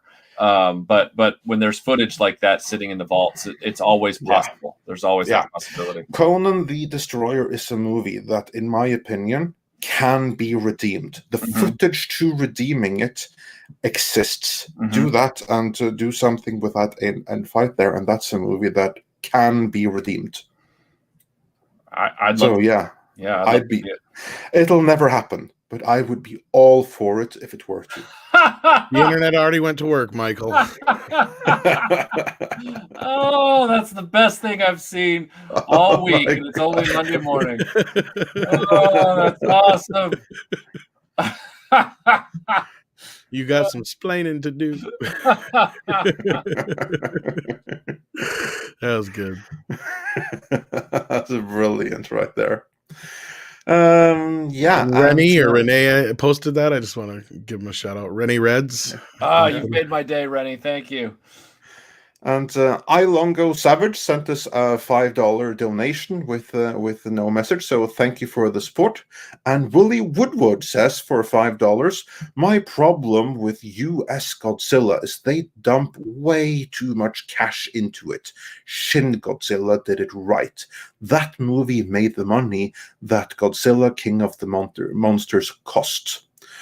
But it must be doing whatever they're doing in America and paying Toho. It must be doing something, because they decided not to go forward with the Shin Godzilla sequel, and they're in no hurry to do any more. So which sucks, because I really enjoyed Shin Godzilla. That movie blew me away. I love that movie, and it only goes to show that even with a limited budget, you can do loads. And obviously, like the American Godzilla movies are the legendary ones. They have a million times better texture and everything like that in their Godzilla. But you know what? To me, the Shin Godzilla one look is sufficient to suspend disbelief. It looks the size it's supposed to be, and it even looks like a man could be in a suit inside of it. Well, they did just excellent special effects in that too. Yeah, they did a great job with it, and that was the one thing I did appreciate about Gareth Edwards, despite we didn't get to see much. Just the way he shoots his movies, like even Rogue One, some of the shots, like of the Star Destroyer over the city and stuff like that. The scale, he's good at showing the scale of something in his shots. Like, I really felt the scale of Godzilla in that 2014 movie with the way he shot it. Now, I wish we had seen more of the monsters, but I digress. That's one thing he does do good. I guess. Yeah. Super Blubberpuss says for $5, when was the first time we saw the trope of movies centering around a little invulnerable girl who is the secret to everything? I don't know. Michael, Tom, what are your thoughts? When was the first time we saw the trope of invulnerable little girl, a little Ray? Oh, gosh. Well, I guess Rogue was already kind of age in the Marvel comics when she got all of those invulnerability powers, so it wouldn't be her. Oh, it must be, but like even in the original Godzilla movies, you had like those twin fairies or whatever it was that was like controlling Mothra or something. Of course, maybe this is related to that or the version of that. Well, there is that little girl that's got the connection with Kong in the movie. I don't know if that's what they're referring to or if they're just... That's obviously what they're referring to. And I'm like thinking that maybe like the twins, fairies, and Mothra is inspired by it. But obviously that's what inspires the question. When was the first time we had a little invulnerable girl that has like this magic connection to big monster or something? Probably in the Mothra, I would imagine. You had like even in the original Frankenstein back in 1932, you had like this. Actually, that wasn't the original, but the first of the one that we count. Right. You had like the scene with Frankenstein and the little girl, but of course, it doesn't go so well for her. So she's far from invulnerable. No. So yeah, I'd probably guess I go with that. But still, I'd go with that as the grandfather of the trope. Yeah, that or the Mothra twins or whatever. Yeah. Anyway, moving on. Yeah, moving on. Says, hi, gents. Hi, pleasure to see you. And Monster Fan says for $5, I'm really worried about another Brett kid being focus of the movie. Yeah, and we even got the kid from the last movie coming back too, and she's got that. And then so I hope that the human stuff is at a minimum in this movie. I really do, but I've heard that Millie Bobby Brown's performance in King of Monsters wasn't very good. Is that true? It was serviceable, but what she had to work with was garbage. Yeah, because when I was hearing those criticisms, I was like, did we watch the same movie? Because I don't recall walking out of that theater hating her performance. No, I mean, she just was there. She was doing what the script required of her. Unfortunately, the script was crap. Yeah. As far as the human side goes, yeah. Right. Yeah. Sorry, dog's barking there. Yeah, no, that's all right. Dog's got to bark. And Taker610 says, Fat Thor Kong should star in Love and Thunder. Give him some veggies. Yeah, and that 70s rock fan says, Kurtzman Kong would be 15 minutes of fighting and 100 minutes of humans crying, hugging, and denouncing white supremacy. Yeah, probably. And Bogue says, Nightmare Round. Describe a woke Godzilla movie. Well, actually, I think that 70s rock fan just described it for you. Alex Kurtzman. Pretty much. Alex Kurtzman, the man wilts everything he touches, like that thing in Princess Mononoke. I like how Doomcock calls him a cultural locust. I think that's yeah, he is. Best description of him. Speaking of cultural locust, Mills says for 35 South African rounds. Thank you so much. And he breaks some news for us. Breaking: Harry Potter TV series in development at max. Batwoman's ratings went down 2.5% overall. Okay, so Harry Potter TV series in development for HBO Max. Now I know that they want a spin-off of absolutely everything, but how excited are you guys for a Harry Potter series? I don't know anything more about it. I'm not even into Harry Potter, so Michael? My better half, Melinda, I've seen all the Harry Potter films, of course. I read the first... I was going to say, she's into it. Yeah, I read the first 4.5 books and then quit. The reason I quit was because the books were all the same. Every book was the same thing over and over again. And I told that to Melinda, and I'm surprised we're still together after saying that. I bet you slept on the couch that night. I did. The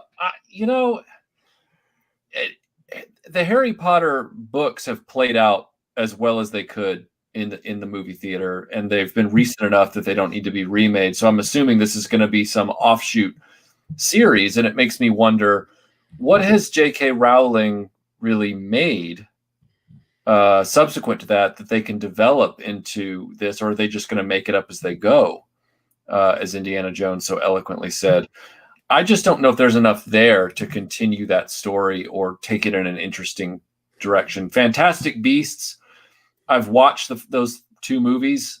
They were fine to watch. I didn't want to, set my house on fire after they were over, but they were very forgettable. I don't really see a need to revisit them. So I guess my long answer to the short question is I don't know if there's material there that's compelling enough to do a television show. I wonder if they'll just restart it like with young kids again.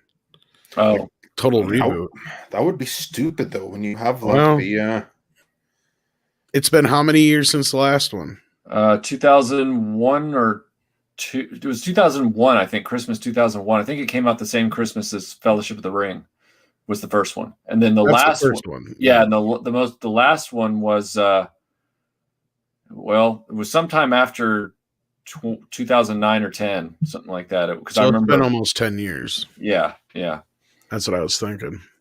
Yeah, it's about that time, Andre. I wouldn't say never. And if that's something they really want to boost HBO Max with, that would be a brand new Harry Potter series starting from scratch. Yeah. Either way, as for me, I couldn't care less. I don't care either, but yeah. So if they want to continue it and give the Cobra Kai treatment, good for them. If they want to do a complete reboot, then good for them. Also, hope it'll work for the fans. The problem with doing Cobra Kai with Harry Potter is all the stars have been. Most of the main ones have gone on to such. Other things that I don't know, getting them all back would be very possible. Yeah, I have a feeling this is going to be based on other areas of the Harry Potter universe. That's going to be another story. Could be. Yeah. It could very well be. It's hard to say yet until we know more. But, I mean, I know they're already redoing Diary of a Wimpy Kid, so. Oh, all right. That's what kind of made me wonder if they aren't going to just redo it. Because I don't even think that's as old as Harry Potter as far as the film versions go, because they just finished those off a couple of years back. No, you're right. But I mean, we've watched Uncle Ben die how many times? So. No, I know, and that's what I'm saying. Yeah. Like, I wouldn't put it past them, and especially with HBO Max, and that'd probably be a good segue into this next bit here pretty quick here. But I would not put it past them to completely reboot it altogether and be like, here we go. If it wasn't for the movies you just mentioned, Michael, the spin-off movies, I can't remember the name. Fantastic Beasts. Yeah. If it wasn't for those, I would be almost certain it was going to be a reboot. But because of them movies, you're right. It's probably going to be a spin-off in some other part of the universe. And then Mark C has 2 $5 super chats back to back. Thank you so much for keeping our lights on. Tom Hiddleston, I want Charles Dance back. I think you'll probably get them. I think he's in the trailer, isn't he? Is he? I didn't know this. I don't remember if he's in the trailer. I'm pretty sure he's in it, though. I think I'm pretty sure he must be in the movie, whether he's announced or not. I would be shocked if he wasn't. For some reason, I recall him being in the movie. For some reason, so yeah. And Mark C also says, our theaters are open. Going to see this on IMAX. Well, good for you. I hope you really enjoy it. I hope it's going to be an awesome experience for you, as I hope every fan will have with it. So if they do it in 3D, I might look it out. I wouldn't. I ain't going to go see it in 3 unless it's in 3D, because I can sit at home and watch it in 4K with Dolby Atmos as long as they update frickin' HBO Max. They still haven't got it in 4K yet for Xbox and stuff. Oh, that sucks. Yeah. And here's a true fan. Gorgira Star 5477 says they could be referring to the Kong shoving the tree down Godzilla's throat in King Kong versus Godzilla 1960. Was it 1960 that came out? Thereabouts. I think it was late 50. I don't know. I'm not going to guess. But anyway, I'd love to see a reference to that. I'd love it if you shove something down his mouth. That would be probably. I'm sure there'll be a few Easter eggs in there. And Mark C sends us another $10 for our electricity bill. Thank you so much. Normally, I watch Godzilla movies in Japanese with English subtitles, except Godzilla vs. Biollante. The subtitles are so bad. The dub gives you a better story. That's a shame. Someone needs to fix those subtitles then, like a fan subtitling, to so you can enjoy the original movie. I know that was one of my only complaints about the Criterion collection is they only have scattered versions with American dubs on them, and I kind of prefer those on some of them because that's the versions I grew up with. And I totally understand those who want to see the original Japanese versions, but I have just kind of a soft spot for the American dubs. Well, that's probably how you first saw them, and that's your experience. That's what I mean. Yeah, exactly. Yeah. Well, that can actually go both ways. Usually, in my experience, it's better to get the truer version. You do the subtitling or whatever. That's usually the general rule. But Melinda and I experienced the horror the other day of watching Police Story 3, which is Jackie Chan's Super Cop here in the United States. And we were so excited to finally watch it in the original language with the subtitles. But what we didn't realize was how much stuff had gotten cut out of Police Story 3 for the American audience. And it was, I'm not going to say it was bad stuff. It wasn't anything that was like bad for the movie, but tonally, it takes the movie in a completely different place. Jackie Chan's character commenting on cruelty to animals in the meat markets of small Chinese villages, women who are sort of like forced to take heroin, like Taken style, like in the movie Taken, and then their bodies are just dumped later by the bad guys. And I'm sitting there going, as a teenager in the theater in 1995, I thought this was a fun action romp, and I'm watching it and I feel sad. Like it was really eye-opening to see the full cut of it, and you couldn't have seen that coming. There was just no way. So not as different, but similar to that is like the difference between The Professional and then the Leon cut. Longer director's cut. Yes. The movie was still a very good movie, and those scenes added to it in a very different way than I would have expected. Exactly, it was just like, wow, my eyes were as big as teacups. That's why I felt when I saw Leon, because I was like, I've seen The Professional many, many times, and it's like, your pretty basic American action movie, the way it's cut. Yeah. And then you see the original version, you're like, well, this is a totally different movie. I mean, it's the same movie, but it's a totally different tone to it and a totally different, Yeah. Anyhow, moving on.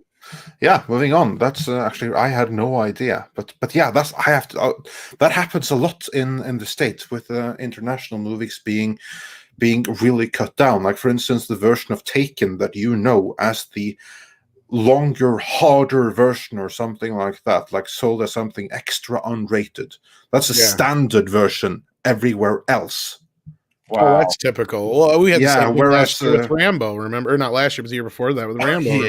Oh my god, that was hilarious. I have the digital version of the extended cut now, but I have the Australian Blu-ray. That's the original uncut. Did they release that in 4K yet? No, they haven't. It was only a Blu-ray you could get, but I was like, I'd rather have a HD uncut version than a 4K cut version. Yeah, exactly. Yeah, it was like so hilarious because. For those that didn't catch it, we had like this live discussion after seeing the movie, and we discussed it as if we had seen completely different movies. Well, and only later did we realize that we actually we had seen completely different movies. Because we had kept saying a couple times, it was like, well, I'd only seen the American version, and I enjoyed it, and then you enjoyed it, Andre, and you had seen the international version. I think Mr. H was part of that. Right? Yeah, no, he's in the UK got the same version as the States. Yeah, so he saw the version you saw, and then Matt Kadish and I had seen the American version, and I enjoyed it enough. But Matt didn't like it at all, and we got to a point where like you and Mr. H kept saying, and Mr. H, I swear, said it word for word, like, dude, did we even see the same movie? Like he kept saying. Because he's like, we learned this, and he's like, no, we didn't. It's not in there. And like we finally, after the fact, we realized the American version was cut down by almost 10 fucking minutes, including a very massive opening scene that like sets up a lot of shit later on. Yeah, all the stuff that Matt Kadish didn't like, that was in those 10 minutes. Yeah, that's why we were like, I think he watched the version, but I can't remember if he said he liked it or not. But we'll have to ask him again about that. Yeah, and when I rewatched it, I liked it even more on the second viewing. So like that movie is really growing in my estimate. But yeah, anyway, back on track. Yes. Master Clockwork says, that's a lot of fish. And that's a reference to Godzilla 98. Yeah, I remember. And your Muslim uncle says, hail and hey, Andre Silla. Well, that's a nice one. Tom Kong and Michael Lord Ghidorah, Retroblasting rocks. And your defense of fandom videos should be promoted by these fans. Oh, well, thank you very much. That's very humbling. Thank you, sir. So would the other two heads be your significant other and Armless Vader? Yeah, and I think Tim. We have two Tims. We have Tim and Aaron who are on our, yeah, that's why I was trying to think. It could be just Tim and Tim. Yeah. And then there's Tim who's in the chat. He's our moderator, but he lives in a different state than we do. But we always make sure that people know there's 5 members of Retroblasting. That's true. If you include Broken Vader. So yeah. And the DCV Titan says the weirdest trilogy will always be Remember the Titans, Clash of the Titans, and Wrath of the Titans. Melinda says Aaron. No, I said Tim and Aaron and another Tim. Oh, he did say Aaron. Yep. Yeah. And Taker610 says MST3K Season 11 Episode 1 Reptilicus Danish Godzilla. Oh yeah, we have all the MST3Ks on a big file. Melinda is a big MST3K. Love it. Yeah, and I totally forgot about that. Yeah, and then of course there's British Godzilla, Gorgo. That's right. It destroys London and then has a crumpet. So and says, "Oh, I'm very sorry about that." Oh my! Did my tail do that? I'm so sorry. And Mark C says, Clash of the Titans was many a young boy's introduction to boobs. Very true. That. Very true. What's funny is, I told the story about when I seen that the first time, but we actually watched that in school.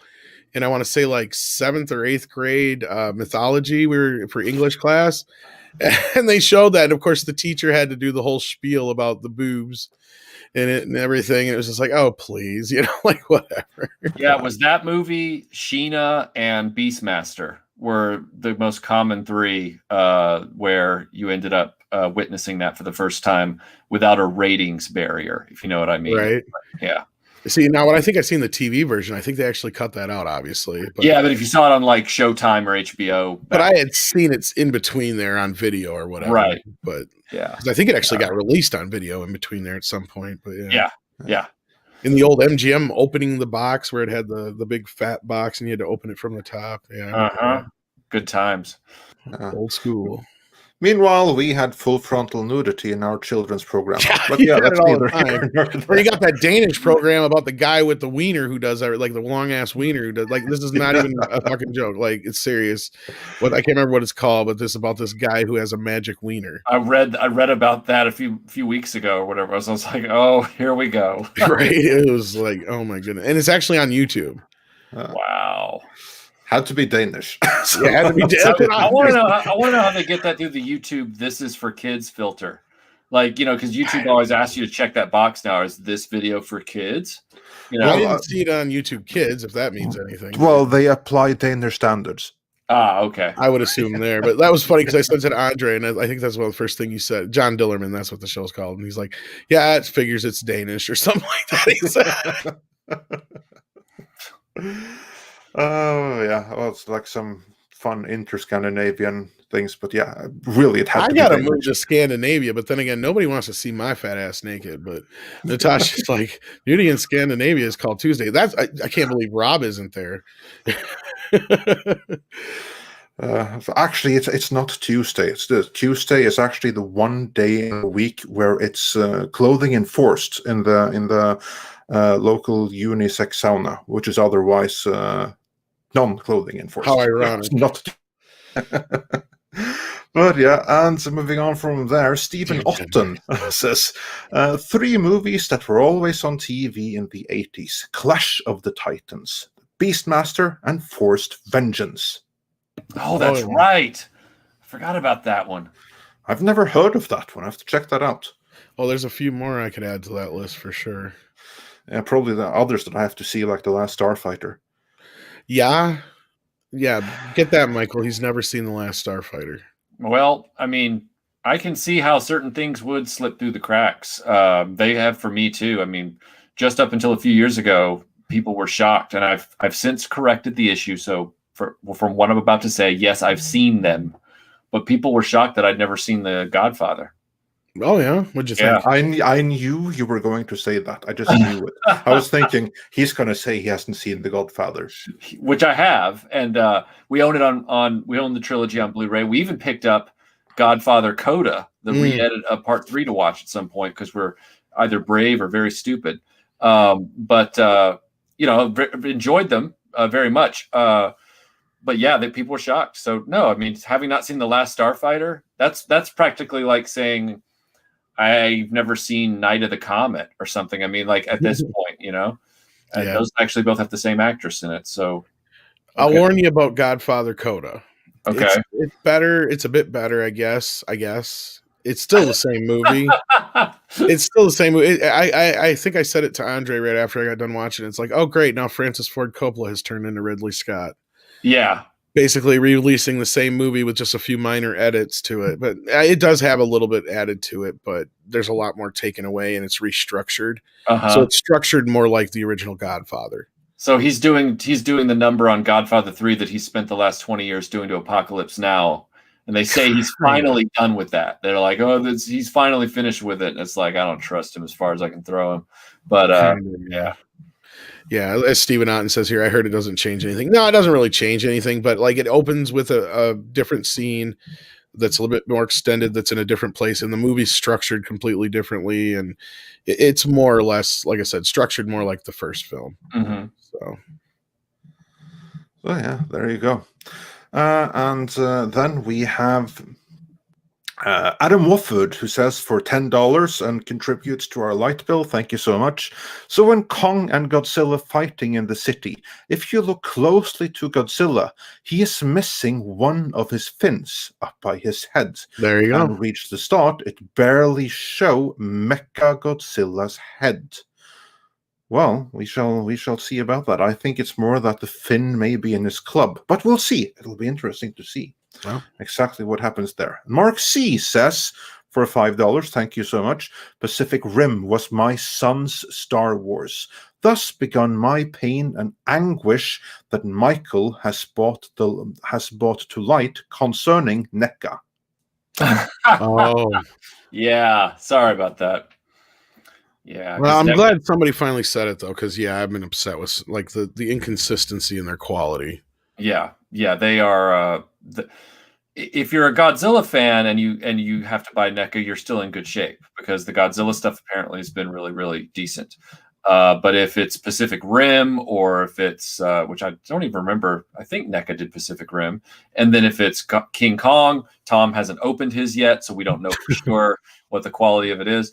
You're kind of rolling the dice.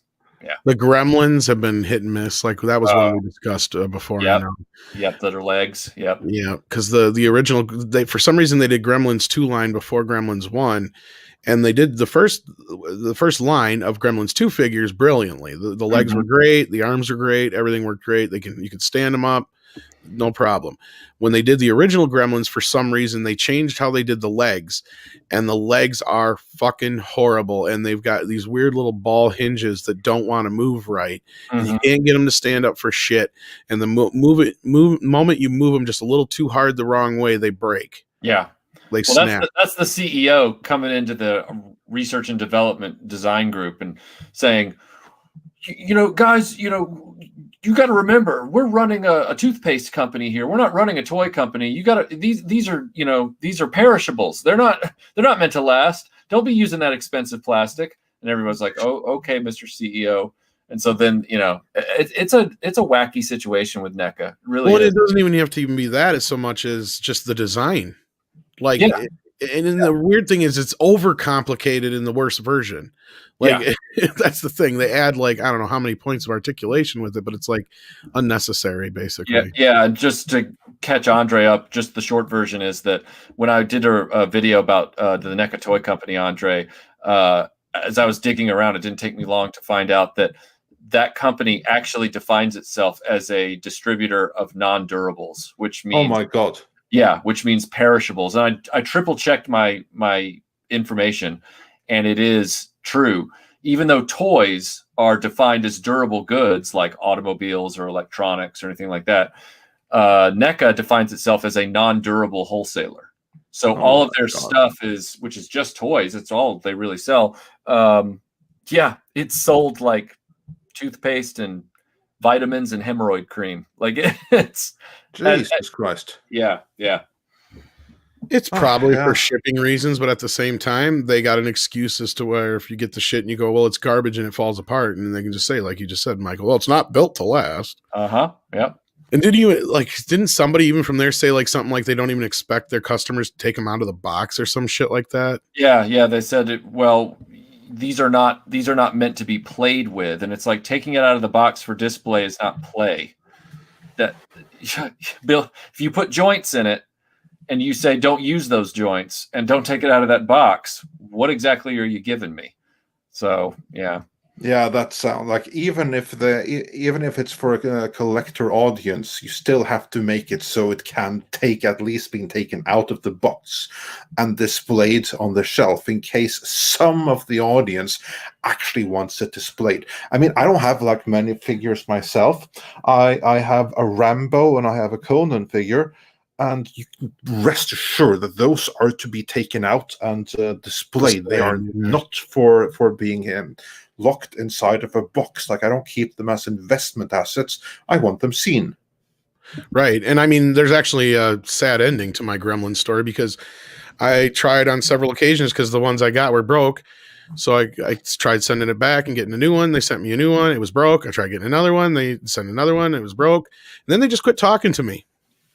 And it's like, well, you all keep sending me broke, and they're broke in the box. Mm-hmm. You know, and it's like the legs are flopping around in the box and shit. And it's like, yeah, what the fuck? Mm-hmm. Well, that's great customer. Well, that only goes to show that the product was fundamentally rotten. Mm-hmm. If every single one like broke in the box and everything like that in transport, well, then it was rotten. Simple as that. It was never any salvage there. Yeah, basically. Yeah. But anyway, moving on from that, what else we got? Moving on from we got a whole other subject to get through that we hadn't even got. Yeah, we have to get into that other subject soon here. Taker 6-1 taking so long, Michael. Yeah, Taker 6-1. Well, we'll get to it real soon. Taker 610 says MST3K9. No, sorry, one MST3K Season 9 Episode 9. Gorgo, 1961, English/Irish Godzilla. Yeah, I believe this. Yeah, I'm sure you know what you're talking about. I don't know what an MST3K is. Mystery Science Theater 3000. Okay. Yep. Oh, there we go. Yeah. And Alpha J30 says, interesting tidbit. Shin Gojiro's director is the creator of the classic anime Neon Genesis Evangelion. Wow, I didn't know that. That's cool. And Stephen Otten says for another $5, I liked Shin Godzilla, even though I understand why others may not. The scene where Godzilla firebombs the city is truly horrific. Yeah, that it is. And just the way that the firebombing started, the way that, like, I really love that. The first time we see the atomic breath and how it starts out as that flame before it concentrates into the beam. God, that was epic. And also, like, how his eyes were shielded, like, that detail was freaking fantastic. Yeah, and Silver Nova says 2 thumbs up super stickers back to back. Thanks for that. I got to say this real quick here. We got an idea for a show here, Michael. Minister of Darkness says grown men playing with toys sounds like a good show I'd watch. We'll see what we can do. We'll make it interesting. Yeah. And Adam Wofford says for $5, Shin Godzilla was a mix of suit and CGI. The suit actors did the movement and used CGI to lay over it and animatronics for the tail. Basically motion capture. Yeah. They were mocap them. Well, brilliant. Whatever they did, it worked. And updating Godzilla, making him look terrifying while still having that basic profile. So yeah, I love that movie. Yeah, it was really cool. And the Fessman93 says the Harry Potter spin-off will be terrible. Reading the play was awful. And Fat Steven Seagal says, is Andre led by Sud and the Kodan Armada? Traitor. What the hell is Sud and the Kodan Armada? That must be from something. Is that not bad? Is that the Expanse or something? It might be Expanse or something. Or Warhammer 40K? I don't know. Maybe We'll find out eventually. Yeah, Someone let us know in the chat. Hip. We're not with it. Yeah. We don't keep up with what the kids are doing. Yeah, no, we're stuck in the 80s with our He-Man toys, just like Johnny Lawrence. We don't know your Nintendos and your Macarinas. Yeah. And one more, and then we'll get into the next topic. Mark C says, for another $5, thank you so much. We bought 16 different NECA Godzilla it's Last figures. Starfighter. Duh. Jesus. It's been a while since I watched it. Holy cow. Oh, there you go. Only 2 figures came broken. Sadly, in NECA world, that's a win. So, yeah. 2 out of 16 were broken, and that's a win. Yeah, 2 out of 16 means that NECA made a golden set of figures. Yeah, it's sad, isn't it? And with that, we are caught up. So, Tom, let's move into the next topic. And wow. That we got a surprise late last night. As we've been reporting on Paramount Plus, is on its way, and we got a couple of trailers to announce it. Oh boy. I don't know. You can tell that's attached to an ad because it has over 80,000 views and not even 1,000 upvotes or downvotes. But yeah. But very prominent in the trailer was a couple things specifically that stood out to us. So where do we begin with this one? Well, let's begin. Let's begin with what's in it, and more importantly, what is not in it. Because here you kind of like have the best of CBS and Paramount, and you have something. Yeah, sort of. You have something that's in it. What was very prominently featured in it were Spock and Pike from Star Trek: Strange New Worlds. So that's obviously going to be important. You have Beavis and Butthead, which I'm very happy to see there. Well, I already put on their Twitter thing. I'm like, if they ain't the full uncut episodes, then I don't care. Because I am so sick. But I think it's more of this is going to be the new show, because you will recall that they have announced a Beavis and Butthead revival. Oh yeah, that's for comedy or Cartoon Network or whatever. Yeah. Yeah. So we will be getting more Beavis and Butthead. That's I think true. That's what this is more than anything else. You know what? Now that I think about it, you're probably right. A lot of the stuff in here is probably stuff we're getting new stuff of. Yes, exactly. So this, I believe, is going to be the new Beavis and Butthead. So season 10 will be forthcoming. I hope it's good. That's the only thing I'm really looking forward to. I hope it's good too. Because the other one that we also saw was like Dora, Snooki. There was the Survivor guy, Snooki, but I don't know if they're going to do New Jersey Shore or not necessarily. I can't. What's that cop show that guy's on there? Yeah, that's like some cop show. I don't know which one. I can't remember. And then you got Tom Selleck and Pike, and I'm surprised they had the cop dog from. Yeah, this is Chase, the one that everyone wanted euthanized. Yeah. No, they didn't just. Oh, and then on the other side of him, you have like another Paw Patrol dog. Yeah. And then Dora, and of course, what's his face? Who I can't stand, James. Some unfunny git. Yeah, and then they had a couple of real people in there as well to promote the whole. And there's Snooki. Yeah, to promote the whole sports thing. And then there was another trailer besides this though that had. She got old, by the way, but that's neither here nor there. So. That actually wasn't that bad. The first trailer was it did kind of make me chuckle a little bit, and that was the one that had the coach and Dora, and Dora's like, I should be the leader because I've got the talking backpack or whatever it was, or the talking whatever it was.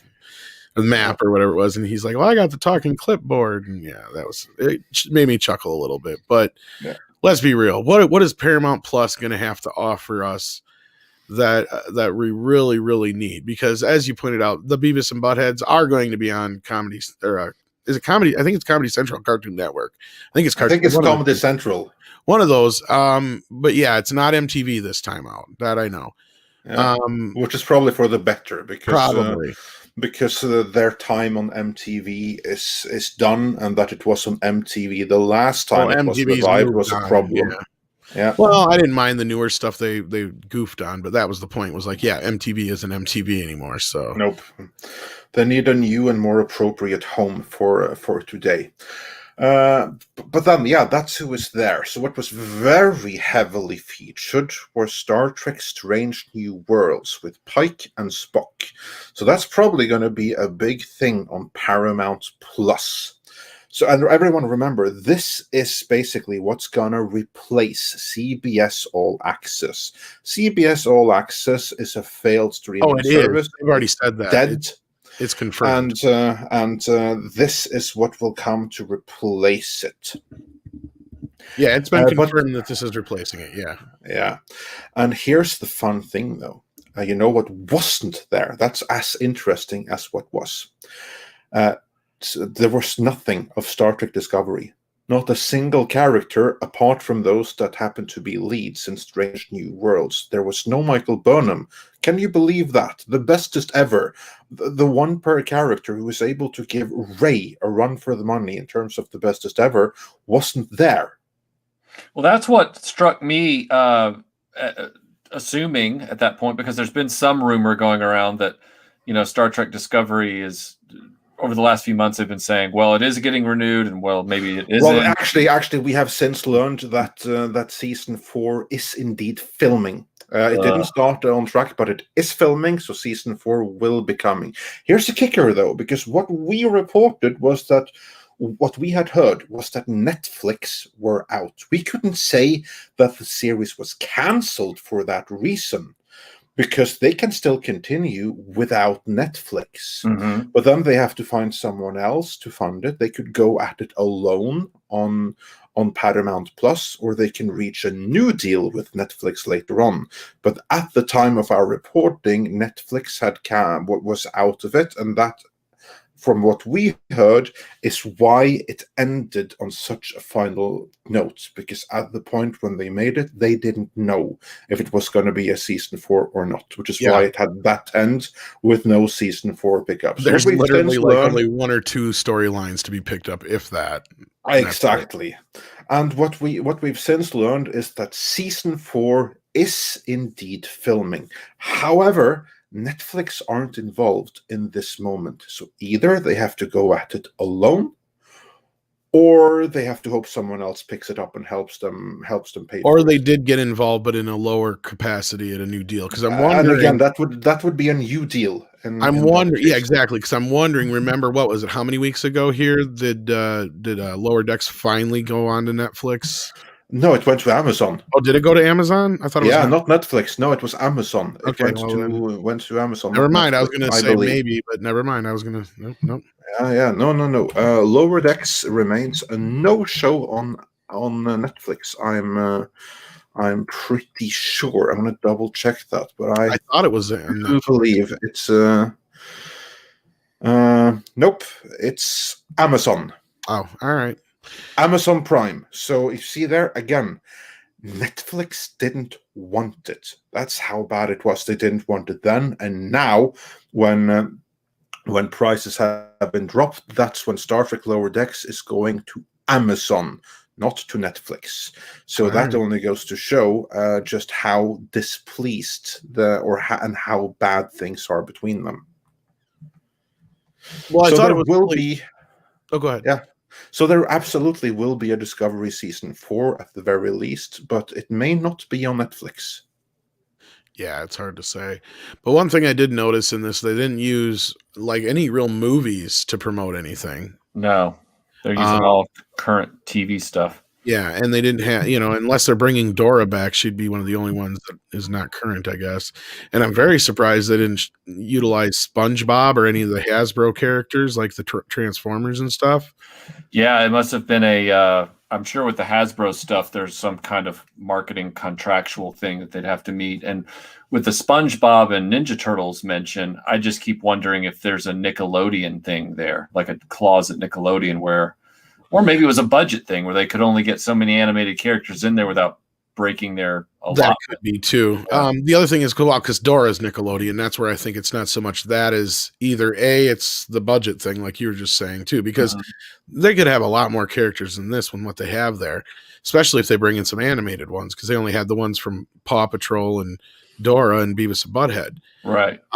But unless they're doing a new Dora show, then that's got to be it because otherwise you would think they would bank heavily on SpongeBob. Oh yeah.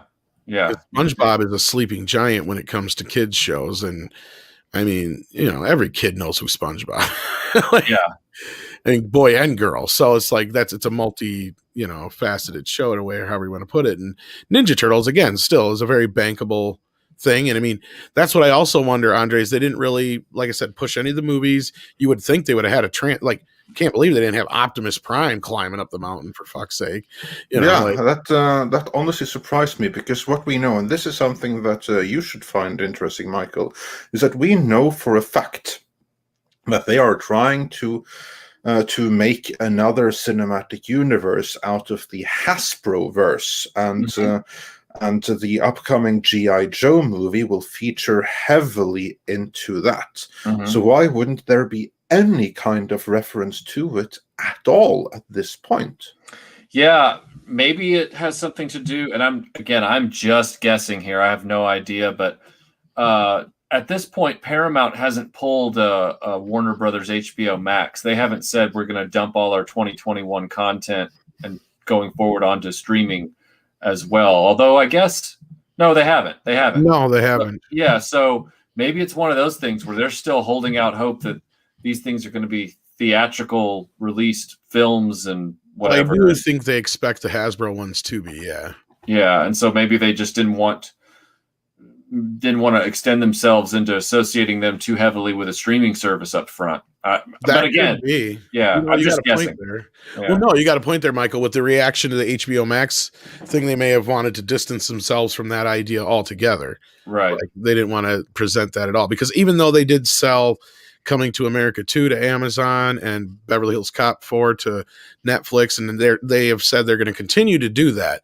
They're going to continue to license movies out like that to the other streaming services, and things like the old Star Trek and stuff like that will probably never be proprietary only to, or whatever word you want to look, or exclusive only to Paramount Plus. They're going to continue to do that. They're going to continue to license out all their stuff because they need the money. So that's what I'm wondering is how much exclusivity that Paramount Plus is actually going to have. Right. Yeah, that was my question as well, because Hasbro itself is not owned by Paramount. They're just in a entertainment deal with them. So, and don't they also kind of work with DreamWorks and stuff on the animation side of things, if I'm not mistaken? Isn't that who produced the Transformers cartoons recently? Or yeah, that sounds right, because DreamWorks is now just an animation house, if I recall. I think so. Yeah, and DreamWorks also, I know for a fact, has the rights to a company called Classic Media. Classic Media is this kind of collection house for all these disparate animated properties that are still individually owned, but Classic Media kind of manages all of them for the individual owners. Voltron is in there. Isn't He-Man under them too? He-Man is in there. Yeah. And now they're all owned by Universal. So that's what I'm saying is now it's technically a competing studio, even though, because I know DreamWorks used to work with Paramount, but now I think that they Universal bought them out. And I think that's where that's at. Yeah. I could be wrong, but I think if I remember right, that's what happened. So, I mean, it could be very well Universal would be one of those that could woo Hasbro away from Paramount easily. Mm-hmm. They really wanted to, because they got the money, they got the backup. So that's what I'm curious about, is how long their relationship's even going to last. But we'll see. We'll see how this new G.I. Joe movie goes. But I think you're right.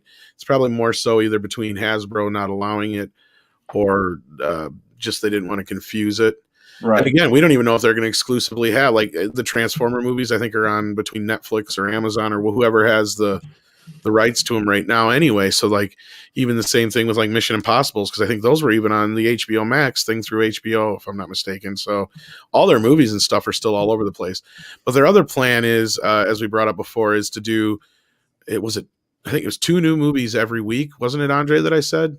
or was it one? Yeah, I believe that it was, and that it was either two or in one. either way, in either event, it was really ambitious. Yeah, no, it was one movie every week, 52 movies a year for the year, and they're going to be mid-level movies. They're not going to be like TV movies or straight-to-video movies, but they're not going to be like high-level budget films. Like they're kicking it off with a spin-off movie of some show that Kevin Costner was in, and I can't remember the name of it now. Yeah. Yellowstone or something like that. And so that they're doing that first, but that's what they're going to do is they're going to have like these mid-tier kind of movies every week, and 2 of the movies every month are going to be on one of their Paramount networks, and the other one's going to be on, I think, what did I say it was, Andre? I don't recall right now. One of the Paramount cable channels. I can't remember what it was. Well, you have them. I don't. Yeah, I know. I can't remember now. It's totally, my mind just went blank on which channel it was. But it was the Paramount network and some other cable network. They're going to show these movies on broadcast. But then these movies are going to be exclusively on HBO Max or Paramount Plus after that. So we did say like that could be a situation where we see maybe the Con miniseries pop up there or something. Or there's definitely room for like a Star Trek movie of some type. And that's where I think like the idea of theatrical Star Trek movies has completely died at that point. Because I think that's where Emma Watts was saying like, we cannot afford to make these movies at 150 million. It just doesn't compute. Well, so certainly not the way they're making them and the stories they're writing. No, there's no way. And I brought this up to Andre too. I'm like, do you wonder if like all this Strange New Worlds business and everything that's kind of happened in the way Discovery was left off, if Emma Watts didn't come in and slam down the gavel and say, look, if this shit doesn't start looking more like and feeling more like Star Trek, we're going to have to do something else? Because I would not be surprised. Feels like that's the direction we're headed towards here. Yeah, I would not be surprised if there's something to that. Well, that's why I'm so surprised that they're not canceling Discovery in the wake of, Brave New World or whatever it's called coming out with the classic. Yeah, Brave New Worlds, because that's clearly trying to push everything back in the direction of the look and feel of the original Trek in a real way, not a half-hearted way or a pretentious way. And I'm going, why even keep Discovery around? Like, what? Why? Like, I think it's got to be like an ego prestige thing, what have you. I don't know, because the way the season left off, dude, they can pick up as a normal Trek show now. Like they're literally set up like a normal Trek show. Like at the end of every season, it's a constant joke where I say, we joke like this is where the show should have began. And they even had the chance with season 3 to reboot it like they did. They did reboot it. But it was like they even left it at this end of this season completely rebooted again. So it's like they've rebooted this bastard like 3 times now, basically. Yeah, that for every single one, they have done that. Every single season has basically been a reboot. They've started over. How incredible is that? Every single season is starting over. Where else does that happen? Yeah, that's staggeringly.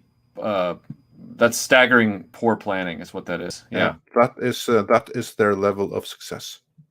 Yeah, and you could tell, like I said, the way this last season left off, it's like this is probably the closest to Trek Discovery's ever going to be once we hit season 4, and that's where I'm wondering if the mandate come down that you have to change the shit or it's going to be gone. Because from what Mr. Burnett and I have kind of uncovered from the whole thing, Strange New Worlds has little to nothing to do with Kurtzman at all. From what we kind of figured out is that's Akiva Goldsman's baby. So, and it makes sense because it actually has a white male lead, 2 white male leads for that matter. And there, it's classic style Trek to a point. That was one of the few highlights of Discovery is that people liked Anson Mount in it. Now, I'm not going to go as far as to say that people liked him as Pike, because there's a lot of people who pointed out, yeah, Anson Mount's great in it, and he's refreshing, and he feels like a classic Star Trek character, but he's not necessarily Pike. So that'll be interesting to see if that happens. So anyway, we got super chat from Leland. It says, don't forget Andromeda's sublime dimpled bum from Clash of the Titans. Perfect. Yeah, it's hard to forget. And then we also had a super chat from Darius Munchausen who said, thank you, Andre, for saying Snooki. Well, Andre, welcome. as I say, he stepped away for a moment. So Yeah. Are you back? Or are you Yeah, still? no, I'm still here for the moment. Okay, because I was gonna get through these then. Otherwise, Yeah. Ray Young 74 says Godzilla is the longest running film franchise, 1957 to present day. Yeah, you could be right on that. I'm not 100% sure, but I think you're probably right. No one can tell the Lucasfilm story group Aluvrian Imikara. So, I think you actually messed up there and didn't get the whole super chat on that one. No one tell the Lucasfilm story group. I don't know who sent that one, but okay. Aluvria Mikara sent in a super chat, says, via CB Mount ++++. More Trek behind a renamed paywall is a bad idea. Yep. Worst idea, make a dumpster fire Kurt's Trek. I've got marshmallows on standby. Good idea. So there you go on that. That's a couple super chats we got through. Let me see what I got on screen here that I can get to. And I apologize, Michael. I know we're taking a little longer than we had anticipated. As I've told you, when I get invited on to Midnight's Edge, I clear my schedule. I'm all right. Well, hopefully Melinda isn't upset or nothing. So yeah. No, she's working today. She's always working. So and we got. So I think we're caught up on super chats then, because that's the only one I can get to for the moment. So until Andre gets back, other than that, yeah. I mean, I'm just curious to see what Paramount Plus has to offer as far as exclusivity, because all the oh, she's not upset. Good. Okay. I just wanted to make sure, because I know that there's stuff that may have to be done around the house. I just want to make sure. I don't want to steal your man forever, just for a couple hours. But no, like you just recently were talking before the show that you just picked up HBO Max. There's Disney Plus already. There's Netflix, obviously. Paramount Plus is the new one coming in, and we've already had Amazon Prime before that, Peacock. I know there's a dozen more I'm not thinking of. So yeah, which other ones do you have besides HBO at Max right now? The only other ones that we have are the basic Netflix and Amazon Prime. Occasionally we've had other services like Hulu but we haven't ever gone specific. Like we've avoided buying Disney Plus, or subscribing, I should say, to Disney Plus, because we already know all of their content aside from some of their new stuff, which isn't enticing enough for me to just roll the dice and say, if it comes out on Blu-ray, I'll watch it. If not, my life is going to go on and I'm okay. Tim on our crew always loves to come over for the live stream days and then, try and get me to watch one episode of Mandalorian or an episode of Picard or something like that. Picard was horrible.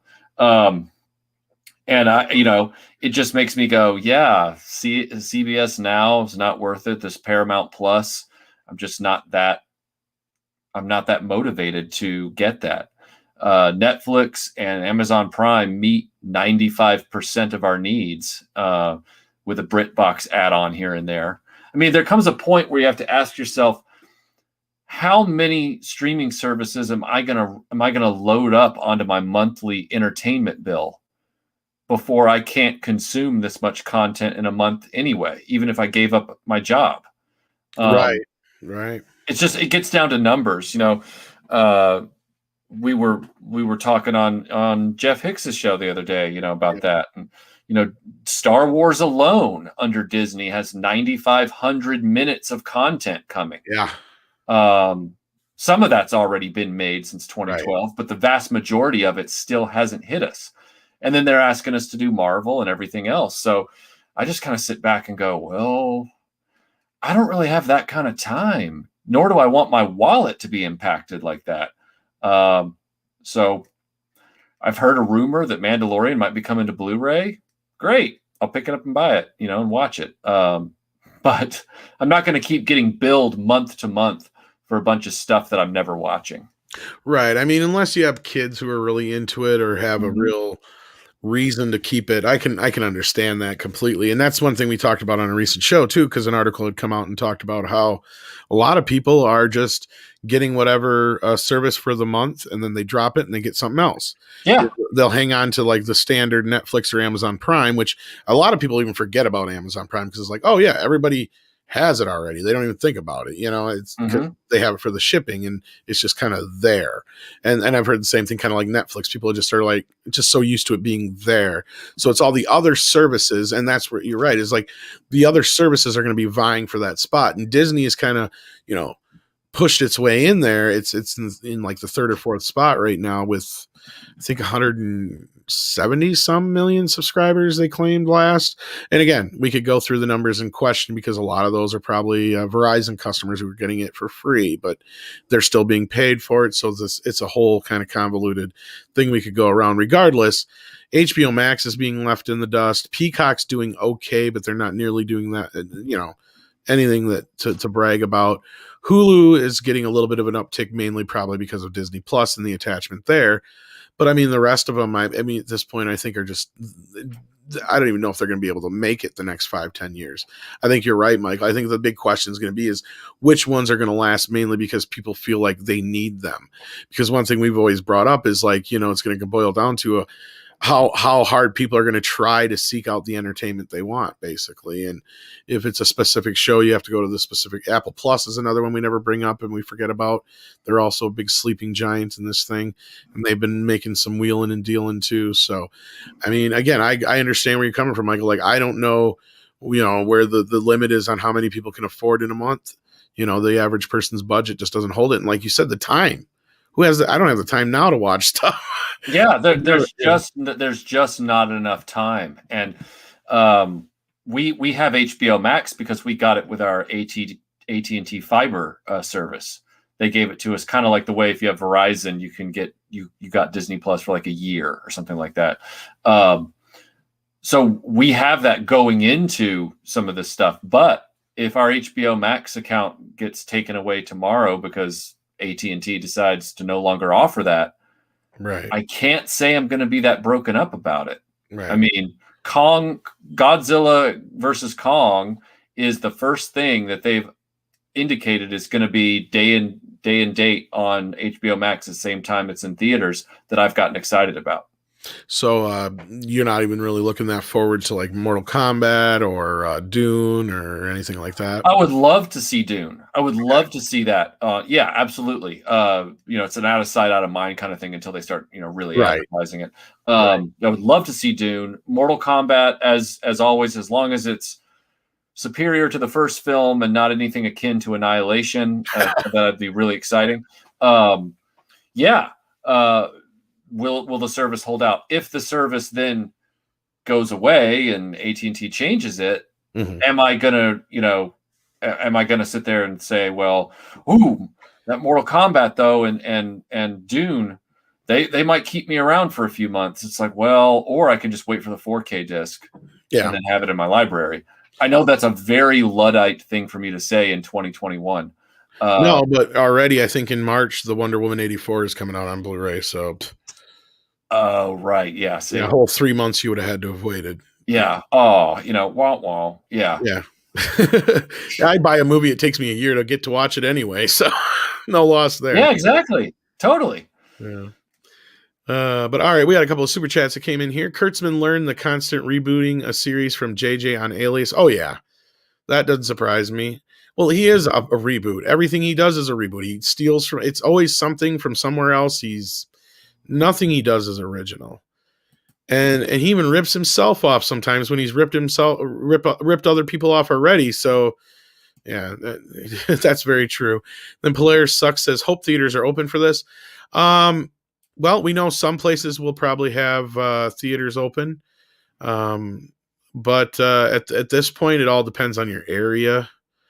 If you're lucky enough to have more independent theaters in your area, then chances are they'll probably be open.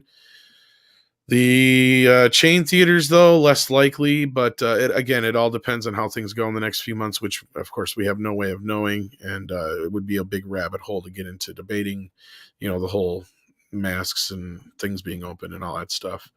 So, yeah, I really don't want to get into all that. But I'm sure you understand all that. Did you have anything to add, Michael? Or no, I did not have anything to add to that particular section. I agree with you, Tom. Open? Yeah. I mean, because when it comes to movie theaters, we're still going to be at a a net loss for people coming back to movie theaters right now. I mean, it's still we're still too close to vaccine effectiveness and just general sentiment about avoiding groups at this point, that I don't see theaters rebounding to the numbers that would prevent a first run movie from not being simultaneously on a streaming service. Yeah. And HBO is not like this whole thing with Warner Brothers is they're more worried about pushing HBO Max right now. So even if theaters opened up tomorrow, they would still continue to probably do the same thing they're doing for the next year or so. Yeah. Until they got those numbers where they need them. Mm-hmm. Stephen Otten says, Michael makes a good point. Who has the time or wants to spend money on all of these streaming services? Yeah. And I mean, we've all brought it up a few times and it's, I mean, across the board. I mean, and I'm sure they know this. So they're going to be trying real hard to get your dollars in their coffers for sure. Yeah. And Paramount Plus seems to think that Dora and Beavis and Butthead and Star Trek are enough to get you to watch. I don't know. Because like I said, if they really wanted to get me the Beavis and Butthead with the new episodes, but if I can get them elsewhere, I'm less likely to watch them on Paramount Plus. Yep. So there you go. Leland says, don't forget Andromeda. Oh, we already got that one. So we just got to get Rob Atlas's one when Andre gets back and whatever ones we've also missed. Hopefully he's back soon here. He said he needed a little bit longer here, dealing with some stuff at home. Other than that, like, yeah, I mean, I hope they don't carry over a lot of, I mean, I'm sure they will, but carry over a lot of the same problems from CBS All Access. I don't know if you've had it yet, Michael, but one of the things that I hated about it was they don't have complete seasons and stuff on a lot of stuff. Yeah, we were noticing that as well. It's been very frustrating, and it's become a run-on joke in our house where because Melinda embraces a lot more of the streaming service stuff than I do as a reflex. She likes physical media, but she also likes the convenience of not having to get up and go get a disc and surf through a menu and do all that stuff. And I get that. Yeah, but it's funny because we've run into that problem where an episode is missing or a handful of disparate episodes within a season are missing due to some weird rights issue. Like when we got BritBox, for example, all of the Dalek episodes in classic Doctor Who just disappeared one day. The rest of the seasons were there, but anything that involved a Dalek was down. It wasn't, you just skipped right over it. Oh, I remember hearing about that, but I can't remember the reason. Yeah, and it was something to do with the fact that the creator of the Dalek for the Doctor Who series back in the 60s retained the rights to it due to some contractual thing. So they always have to renegotiate with the estate of that guy for every single new platform, new release, everything. And that's happened on some other series as well that we've tried to watch that I can't remember what they were, but I just remember poking my head back around the corner and going, told you so. Streaming isn't the answer. And she's always, she always gives me that look like, go eat crap and die. But it is a problem. In other words, streaming is not a silver bullet solution for all the stuff you want to watch. And as we're seeing, as more and more of this fragments, as we've got, Paramount here, and we've got HBO / Warner Brothers over here, and we've got Disney over here, you get to a point where it's not one-stop shopping. So, oh crap, I thought that I was getting X movie on this platform, but it's actually over on this thing I don't own. And it's the only movie over on this platform that I really, really like. Well, I hope you didn't sell your Blu-rays then. Because a lot of people have in the last 10 years liquidated their disc collections for the future of streaming, only to find out it's not giving them what they want with the experience they want. There you go. No, that's like the thing. Preserve your physical media, because streaming is simply not the same thing. You can get 4K resolution, but it's really, really bitrate starved. Oh yeah. Yeah, I'm not a fan of that either. And we missed a super chat from Rob Atlas for sure, Andre. Oh, well, let's see if we can't retrieve that. Yeah, because I think posted just his name, and then you didn't post the rest of it. Okay, well, sorry about that, but That's all right. We shall amend. And if there was any more before that or whatever, I think we missed them. But other than that, I don't think that we. Who did you say? Which one? Rob Atlas. Between you guys, Ass and R&B, my figure buying urges are coming back. Well, there you go. Well, maybe then the toy company should pay us all. Michael, I'm sure, would enjoy that as well. Yeah, I'd love a toy company to pay me. The moment my audience found out that a toy company even paying me to get my consultation to do the right thing, they'd be like, well, we can't trust him anymore because he's taking money from the toy company. Yeah. I was being facetious. No, I'm not. What I'm saying is they should be, looking at people like you and others out in the space who are, telling the hard truths and using them as consultants. But it's funny. That's what the audience wants. But sometimes when the audience gets it, then they default to old reflexes again, which, makes sense. It happens. But yeah. Indeed. That's how it is. All right. So was there any other super chats? You said no? Not before that. I don't know which one you have covered. If you've taken them as they've come in, pretty much. Yeah, we've covered all the other ones. Yeah, then. Well, then we should be pretty much up to speed. The only other one you posted didn't have a name on it. Was one of them here, but we said it. So, if anybody thinks that we missed one of their super chats, just let us know and we'll get to them. We do have one right now from Mark C that says Netflix just announced they're going up to $18 a month for their top tier. Not surprised, and Disney Plus will eventually go up too. Like right now, their game is they're affordable, and you just don't notice them on your credit card. But eventually, their price is going to go up and up and up and up and up. Yeah, here's like the thing that when Netflix announces a price hike, you know what that is? That's a green light for Disney to increase their prices as well. It only takes like the top dog to increase their prices, then everyone else are justified to follow suit because the benchmark price just went up.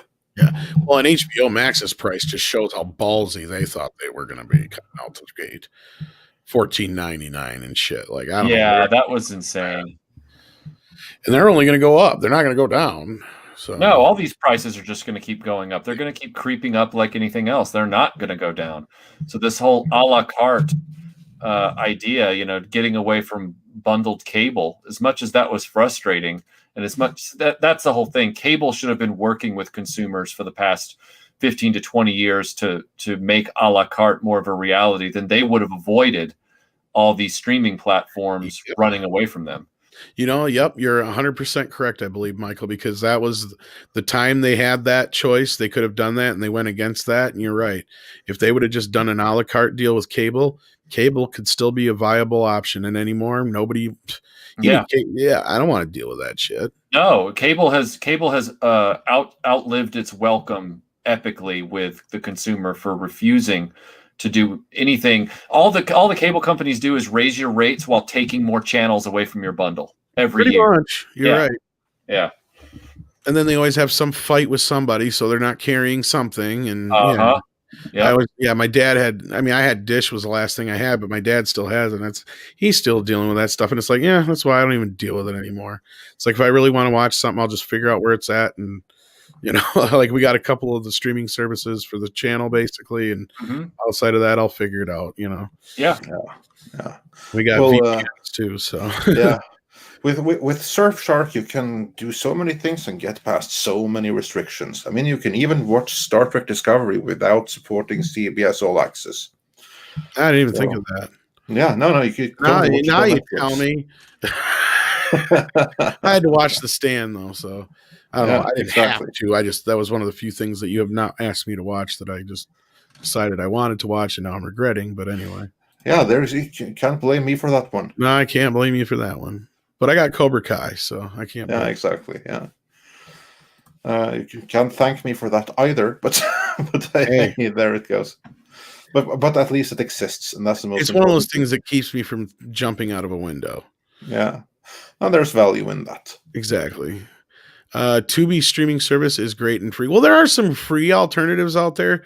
They're a little hit and miss on what you can get out of them and their quality, but yeah, there's always the free options as well. There's plenty of free options. I'm sure if you can just type in free streaming services on Google, you can probably find a few lists. But I mean, Crackle, which was Sony's failed streaming service, is free. I believe they ain't got crap on it anymore. But yeah, and pretty much almost that's the other thing is nearly every single television channel has a streaming service of some type online already. Yeah. But yeah, the big thing is having the outlet for these, the licensing deals, the whole bit, getting content like Michael was saying is like the deal with HBO is the problem is the new stuff to bring him in. And that's one thing we haven't really commented on too much before we wrap up here, Andre. I wanted to get your comment on too, besides Michael's, was the whole idea that now they're switching back from Snyder Cut from being a 4 episode series to a full 4-hour movie again. What does that mean? I don't think that's a very good sign, to be honest. I didn't think so. What about you, Michael? I haven't wanted the Snyder Cut, and I haven't liked the idea of it this entire time. I know, Tom, and I know that you're more tolerant of the Snyder DC movies than a lot of people in this argument. But a lot less than you'd think, but yeah. Well, no, but what I'm saying is, when I've listened to you, you've been more diplomatic about it. Like you haven't, true. You haven't been foaming at the mouth like I was when I was drug kicking and screaming out of Man of Steel. You could say I was, but on here I kind of handle myself because I know there's people who enjoy them. But yeah, and I'm putting myself right in the line of fire just by saying that I was kicking and screaming. But for me, there's nothing in Snyder's DC work. I didn't have a problem with Watchmen as a piece of entertainment. So I want to leave that off to the side. Like I'm not referring to Watchmen. That was, that's different. But this DC universe thing, I was not thrilled with Snyder's work, and his work was having a negative impact around the time of Batman versus Superman and Suicide Squad. His shepherding of this attempt at a multi-faceted franchise. Just don't remind Snyder fans of that; they will eat you alive. But I know, but it's like I'm retroblasting. They're always eating. No, I know. I was being, but yeah, no, I know. But so when they announced the Snyder Cut was actually going to happen, and a lot of places were like, "This is a win for the fans. It's a win for the fans." I'm like, which fans? Because this Snyderverse almost practically beached this ship. It grounded this ship into the rocks. So there's no enticement there for me when this thing comes out. Either way, whether it's a television series or just a 4-hour movie, there's no interest from my end. Yeah, I mean, I'm glad that the fans that wanted it are getting it because it shows that somebody is listening to fans. But outside of that, I pretty much agree with you, Michael, on the whole thing, and agree with Andre on the whole point of if they're not going to release this in the 4-part miniseries like they initially planned, that tells me that they didn't like it. Yeah, that's what it tells me. That's what it tells me that they're like, oh shit, we don't have a Mandalorian. Maybe this is why they shelved it in the first damn place. Did you ever think of that? Yeah. But no, I don't want to dump on, the fans who are looking forward to it, and hopefully they enjoy it and it's what they're looking for. I don't expect anything out of it. I'm like Michael here. It's like I didn't enjoy Man of Steel. I hated BVS. I didn't mind Suicide Squad, but that's kind of like almost like an also ran at this point. But then now we're also hearing the new Suicide Squad is not a sequel in the least, which we already knew. But they must have had, I don't know if they had some kind of test screening or something that went down, but no. There's some fans freaking out about that, I guess. So it's like, why are you surprised? Yeah. We knew this was going to happen. Yeah, odds are with Suicide Squad 2. Odds are with DCU, it's going to be disappointing before it's entertaining. I mean, I know they've had a few sort of hits, which I call bullet misses, bullet dodges or whatever. But I didn't hate Venom and I didn't hate Shazam, but I didn't hate the first Wonder Woman really. But do I want to watch them again? I've had no interest in watching them again. So yeah, neither have I for Aquaman. yeah. Shazam I enjoyed, but I haven't gone back to see it again. Mhm. As for me, I enjoyed Aquaman, but I did not enjoy Shazam, not in the slightest. I did, Yes, but me. I also see where people are like, it's just like a Marvel movie because it does kind of have that Marvel kind of edge to it, or whatever you want to call it, the humor and the stuff like that. Yeah. Yeah. Yeah, I did. Like, I didn't. When I say I liked Shazam and Venom, what I mean is that I didn't. Have to be dragged out of the television room kicking and screaming, or I didn't think about it all night and it kept me awake. But do I think about the movie after the fact? No. No. So Well, I'll yeah, watch it again now. yeah, and even the original Wonder Woman, I wasn't much of a fan of, comparatively to most people as well. I mean, even though I did, understand that it was one of the better movies we got at that point from DC side of things, but no, I mean, I don't know. I think that the fact that they've decided to release this as one full 4-hour cut really does not bode well for it. Yeah, no, not in the slightest. Not in the slightest. That bodes really badly, because that tells me that they wanted this to be a series. They wanted this to be a Mandalorian, but they know that this is going to be a stinker, and they probably want to get it over with in one new cycle and be done with it, rather than stretch it out over multiple chapters. So yeah, that's what I think is going on there. It tells me that they don't think they're going to retain customers. Yeah, but if the response to the Godzilla versus Kong trailers says anything, I don't think they'll have to worry about it, because I believe that comes out the same month as the Snyder Cut. Yeah, so both should be in March. So, and that may actually be why that they I think that. Do we have a date for the Snyder Cut right now? I think that was near the end of March, because originally it was going to be like 1 or 2 episodes we're going to end up dropping in the end of March, and then the other 2 were going to be at the beginning of April, if I remember right. But now I think it might not even drop till April now. I'd have to look. No, it still says March. Okay, and I know they're dropping a Blu-ray too as well now. They announced. Because I would imagine that they're going to drop this probably just before Kong versus Godzilla. I thought Kong versus Godzilla come out like March 4th or something like that. I could be wrong. No, I think that's like the 21st or something. Is it the 21st? Okay. I think so. Let's just check, but I think it is. I think it is the. We should have this shit in front of us. I apologize, folks. This is our fault. I think it. Let's see here. Just give me 1 second. I'll find that out real time. I'm sure you in the chat can probably find it out for me. Probably. Anyway. Let's see. March 26th. Okay. And that makes sense to me, because I think that I could be wrong, but I think that Snyder Cut is going to come out earlier. It's going to come out. It's going to be laughed at by reviewers and everything like that. And then the next news cycle is going to be Kong versus Godzilla, and then it's going to be fine again. Yeah, you might be right. Yeah. Silver Nova says with $5, just saying thanks for the great content and guests. I'm on YouTube more than TV and streaming. Well, thank you so much, Silver Nova, and we always appreciate you checking in with us. We always love seeing all you familiar faces in the chat, and the new ones, of course. If it wasn't for you guys, we couldn't do this. And we always enjoy having Michael along with us. If you have not checked out Retroblasting, do yourself a favor. Michael does all kinds of great content there, especially when it comes to the toy verse of things. Is there anything coming up that you'd like to plug, or anything you've done recently that you'd like to let the folks know about out there? Yeah, as a matter of fact, I'm working on a big video for this week. I've been working on it for weeks now. Have a guest interview in it as well, and it's going to be about the ins and outs, the weird quirks of the rollout of Pride of the X-Men, the 1989 one-episode X-Men animated show that was the very wow. Yeah, that's the first one with Juggernaut and everything. Yep.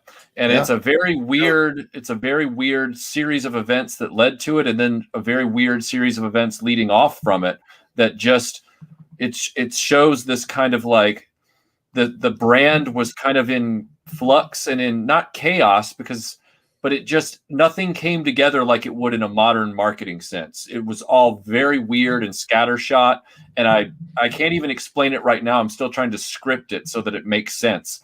But you'll be seeing that this week. So awesome. Look forward to it. So Thanks. yeah, everyone be sure to check in for that. I know I will. Yeah, me too. And Keith says we hate everything. No, we love Michael. Oh, he's joking. I know. Yeah, Keith's a patron of ours as well, and he always jokes that people always accuse me of hating everything. Well, that's why I said we love you instead of going, no bullshit. I love Cobra Kai.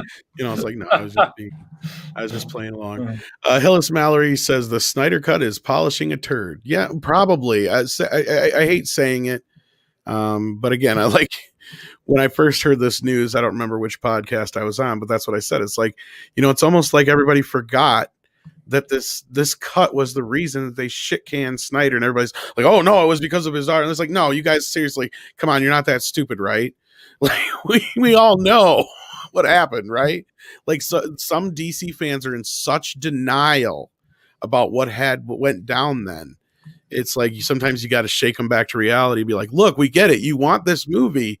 But you got to remember, BBS and Man of Steel and all that shit damn near tanked the DC universe because people didn't like it.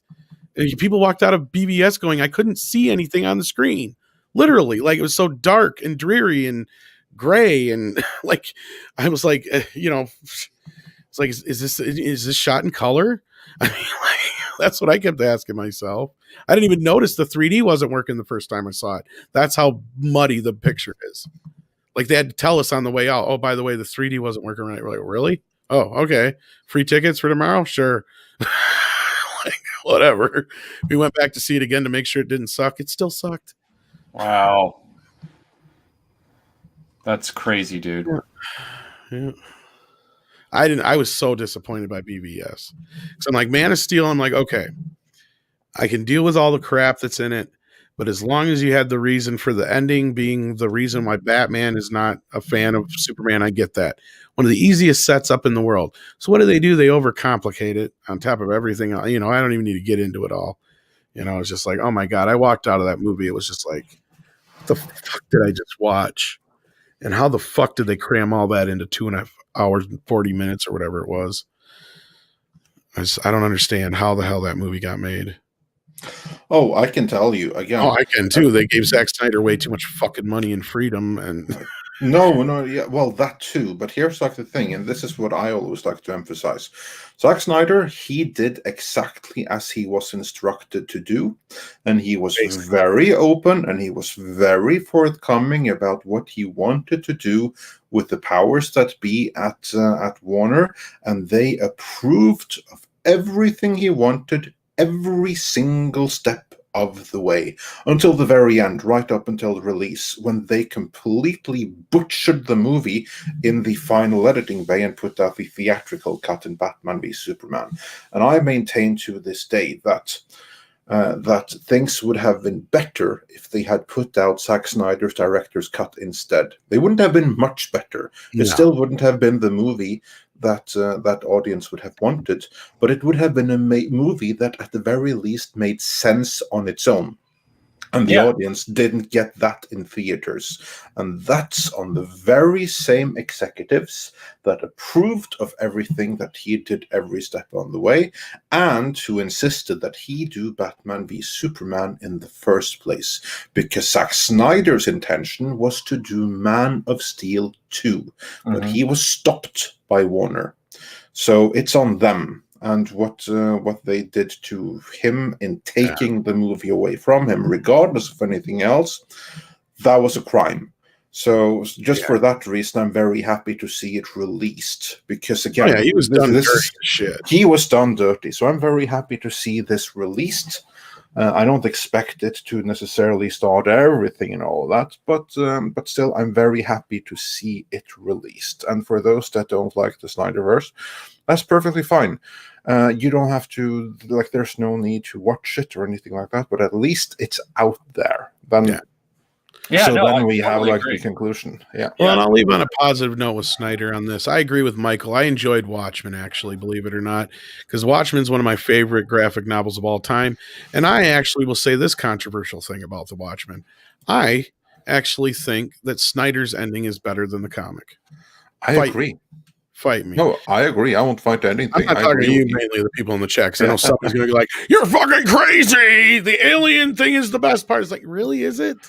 The movie makes more sense to me.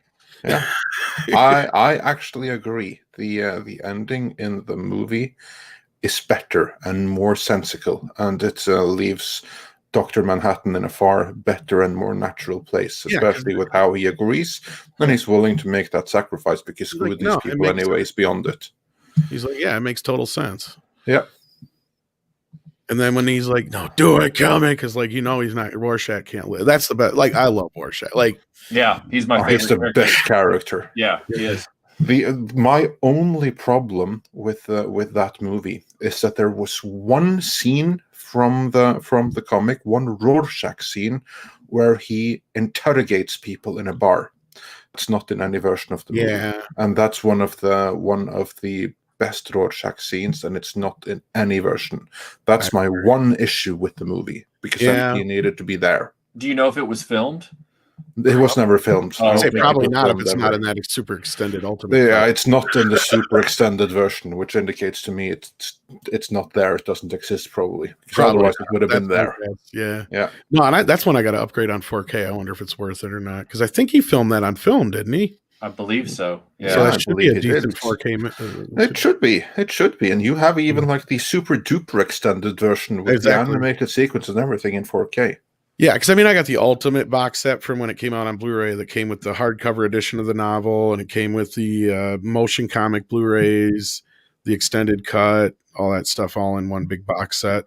But yeah, I see the 4K version as the Ultimate cut. So I'm just curious if it's in film, I'll pick it up for sure. Yeah, it was filmed, says Clobbering Time, so I trust you on that one, buddy. So I'll see about getting that when it's at an affordable rate. So.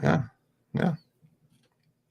There you go. So with that, I want to thank Michael for staying with us for 3 hours, man. That was amazing for you to hang out with us here. We appreciate it. We love having you on and talking to us. And the door is always open no matter what, whether we're streaming here, Mead, if you want to hop on, you got something to say about something, just let us know. The door is always open, of course. I appreciate that, man. I've told you many times, when you guys invite me onto this show, it's such a thrill, because I've told you before, I'll say it again, and I'll say it to everybody in the audience. You guys at Midnight's Edge are the best movie news channel on YouTube. And you're the only one that I've got in my constant rotation for analysis and then conjecture based on facts. And I can't tell you how much I appreciate that. So it's a pleasure to be on this show. It's a pleasure. Oh, thank you for the kind words. Really appreciate that. And also, your channel is awesome, and I'm really digging your Buck Rogers video right now, as I said. So I really want to check that out in particular. Yeah, there's some of the great ones. I mean, there's even a few of yours I've visited more than once. So thank you. Oh yeah. So you're always a constant. When I was just beginning, I'd check out your stuff, and so even before I was part of Midnight's Edge, believe it or not. So wow. So you and I, Tom, go way back before we knew we went way back. Oh yes. Oh wow. Well, that warms the cockles of my heart. Thank you. There you go. Yeah, because I'm trying to think. I mean, I remember finding you've been around for what, like almost 9 years. 9 years. I was gonna say 8. So I've known you or watched your channel now for at least 7 or 8 years. So wow. So you've been there on the ground level. Floor. I mean, if I ever chatted before, it was probably under a different name, so you probably didn't know it. Right. Yeah. And then Clobbering Time sent us a $3 super sticker. Let me see what it is here. We got it's a pair giving a big thumbs up. Thank you so much, Clobbering Time. I was just on a podcast with you the other day. That was fun. Yeah, he's a good guy. Thank you. Good people. And thank you, Natasha, for being our most trustworthy wrench in the chat. We appreciate it. And you're always loyal in here when we need you. And again, Michael, thanks to you. And again, next time you could always bring Melinda along too. That'd be great. Anybody else who's a part of the crew, always welcome. Same thing with you. Like I said, no matter what, if we're live and you want to hop in, just let me know. The invitation's open invitations. So, and we'll definitely have you back again, of course, on the morning show as well. Proper. Thank you. I appreciate that. Of course. Master Clockwork coming in with a $5 super chat. Imagine if they had properly done the Dark Knight Returns plotline first and led into Batman v Superman. Yes. That's the other thing that pissed me off, because Ben Affleck was amazing as Batman. And I know that's one thing Andre and I definitely agree on. I don't know about you. Oh, absolutely. Like, especially seeing the scene straight out of Dark Knight where the cop's like, kid, you're about to see some shit. You know, it's like, yes, we're finally getting this stuff. And then it just kind of went downhill from there. But yeah. I've always said I don't blame actors except in very, very rare cases, Brie Larson. But other than that, I don't blame actors generally or look to an actor first to find out where a movie's about to go wrong. So when they announce, Ben Affleck as Batman and all these people got upset, I was like, really? Because I was coming off Man of Steel. And I'm going, you really need to be looking at Zack Snyder and the writers, guys. And they're like, no. And I'm like, no, you really do. I didn't have a problem with Ben Affleck as Batman. So. No, if anything, he was one of the major highlights, in my opinion. Yeah.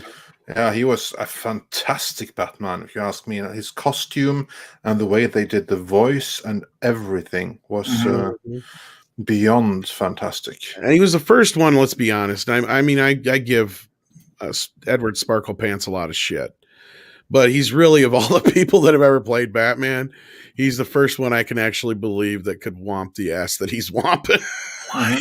Let's be real. Michael Keaton's 5'8", 9", right. maybe. Right. And then Christian Bale's a fucking twig. So, he did kind of beef up, I guess, for a little bit. Bale did, yeah. Yeah, but that's him beefing up. That's my point. Yeah, I just always go back to what Christopher Reeve said about the original Superman films, where they asked him in an interview about the acting and how do you play Superman, and he said, well, honestly, he said, I really let the costume do most of the acting.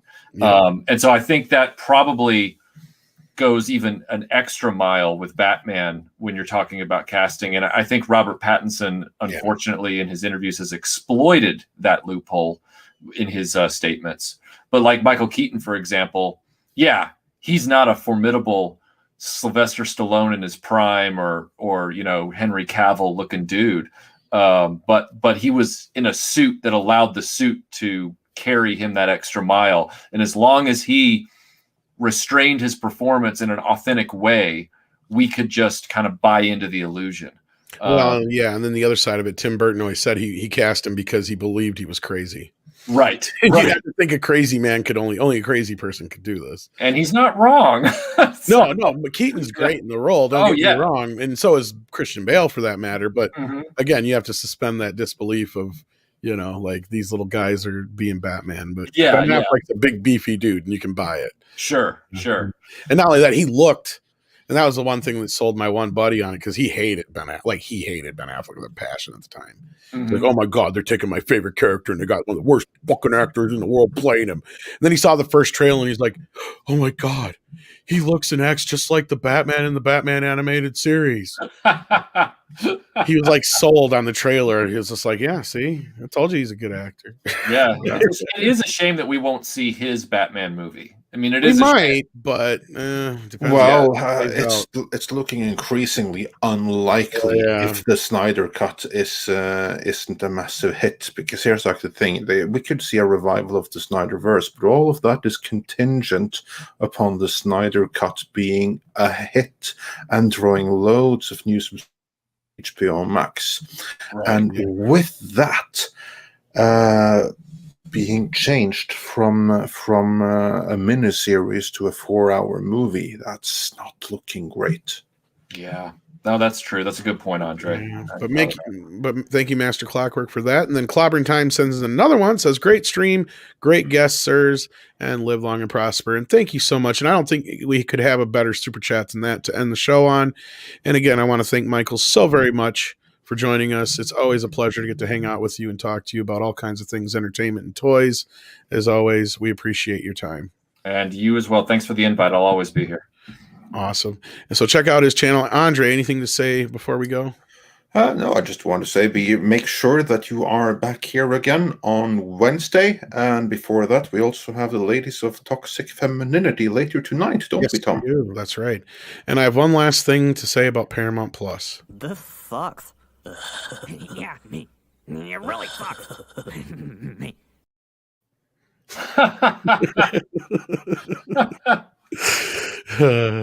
So with that, folks, I bid you adieu, and yes, do join us later for Toxic Femme here on Midnight's Edge.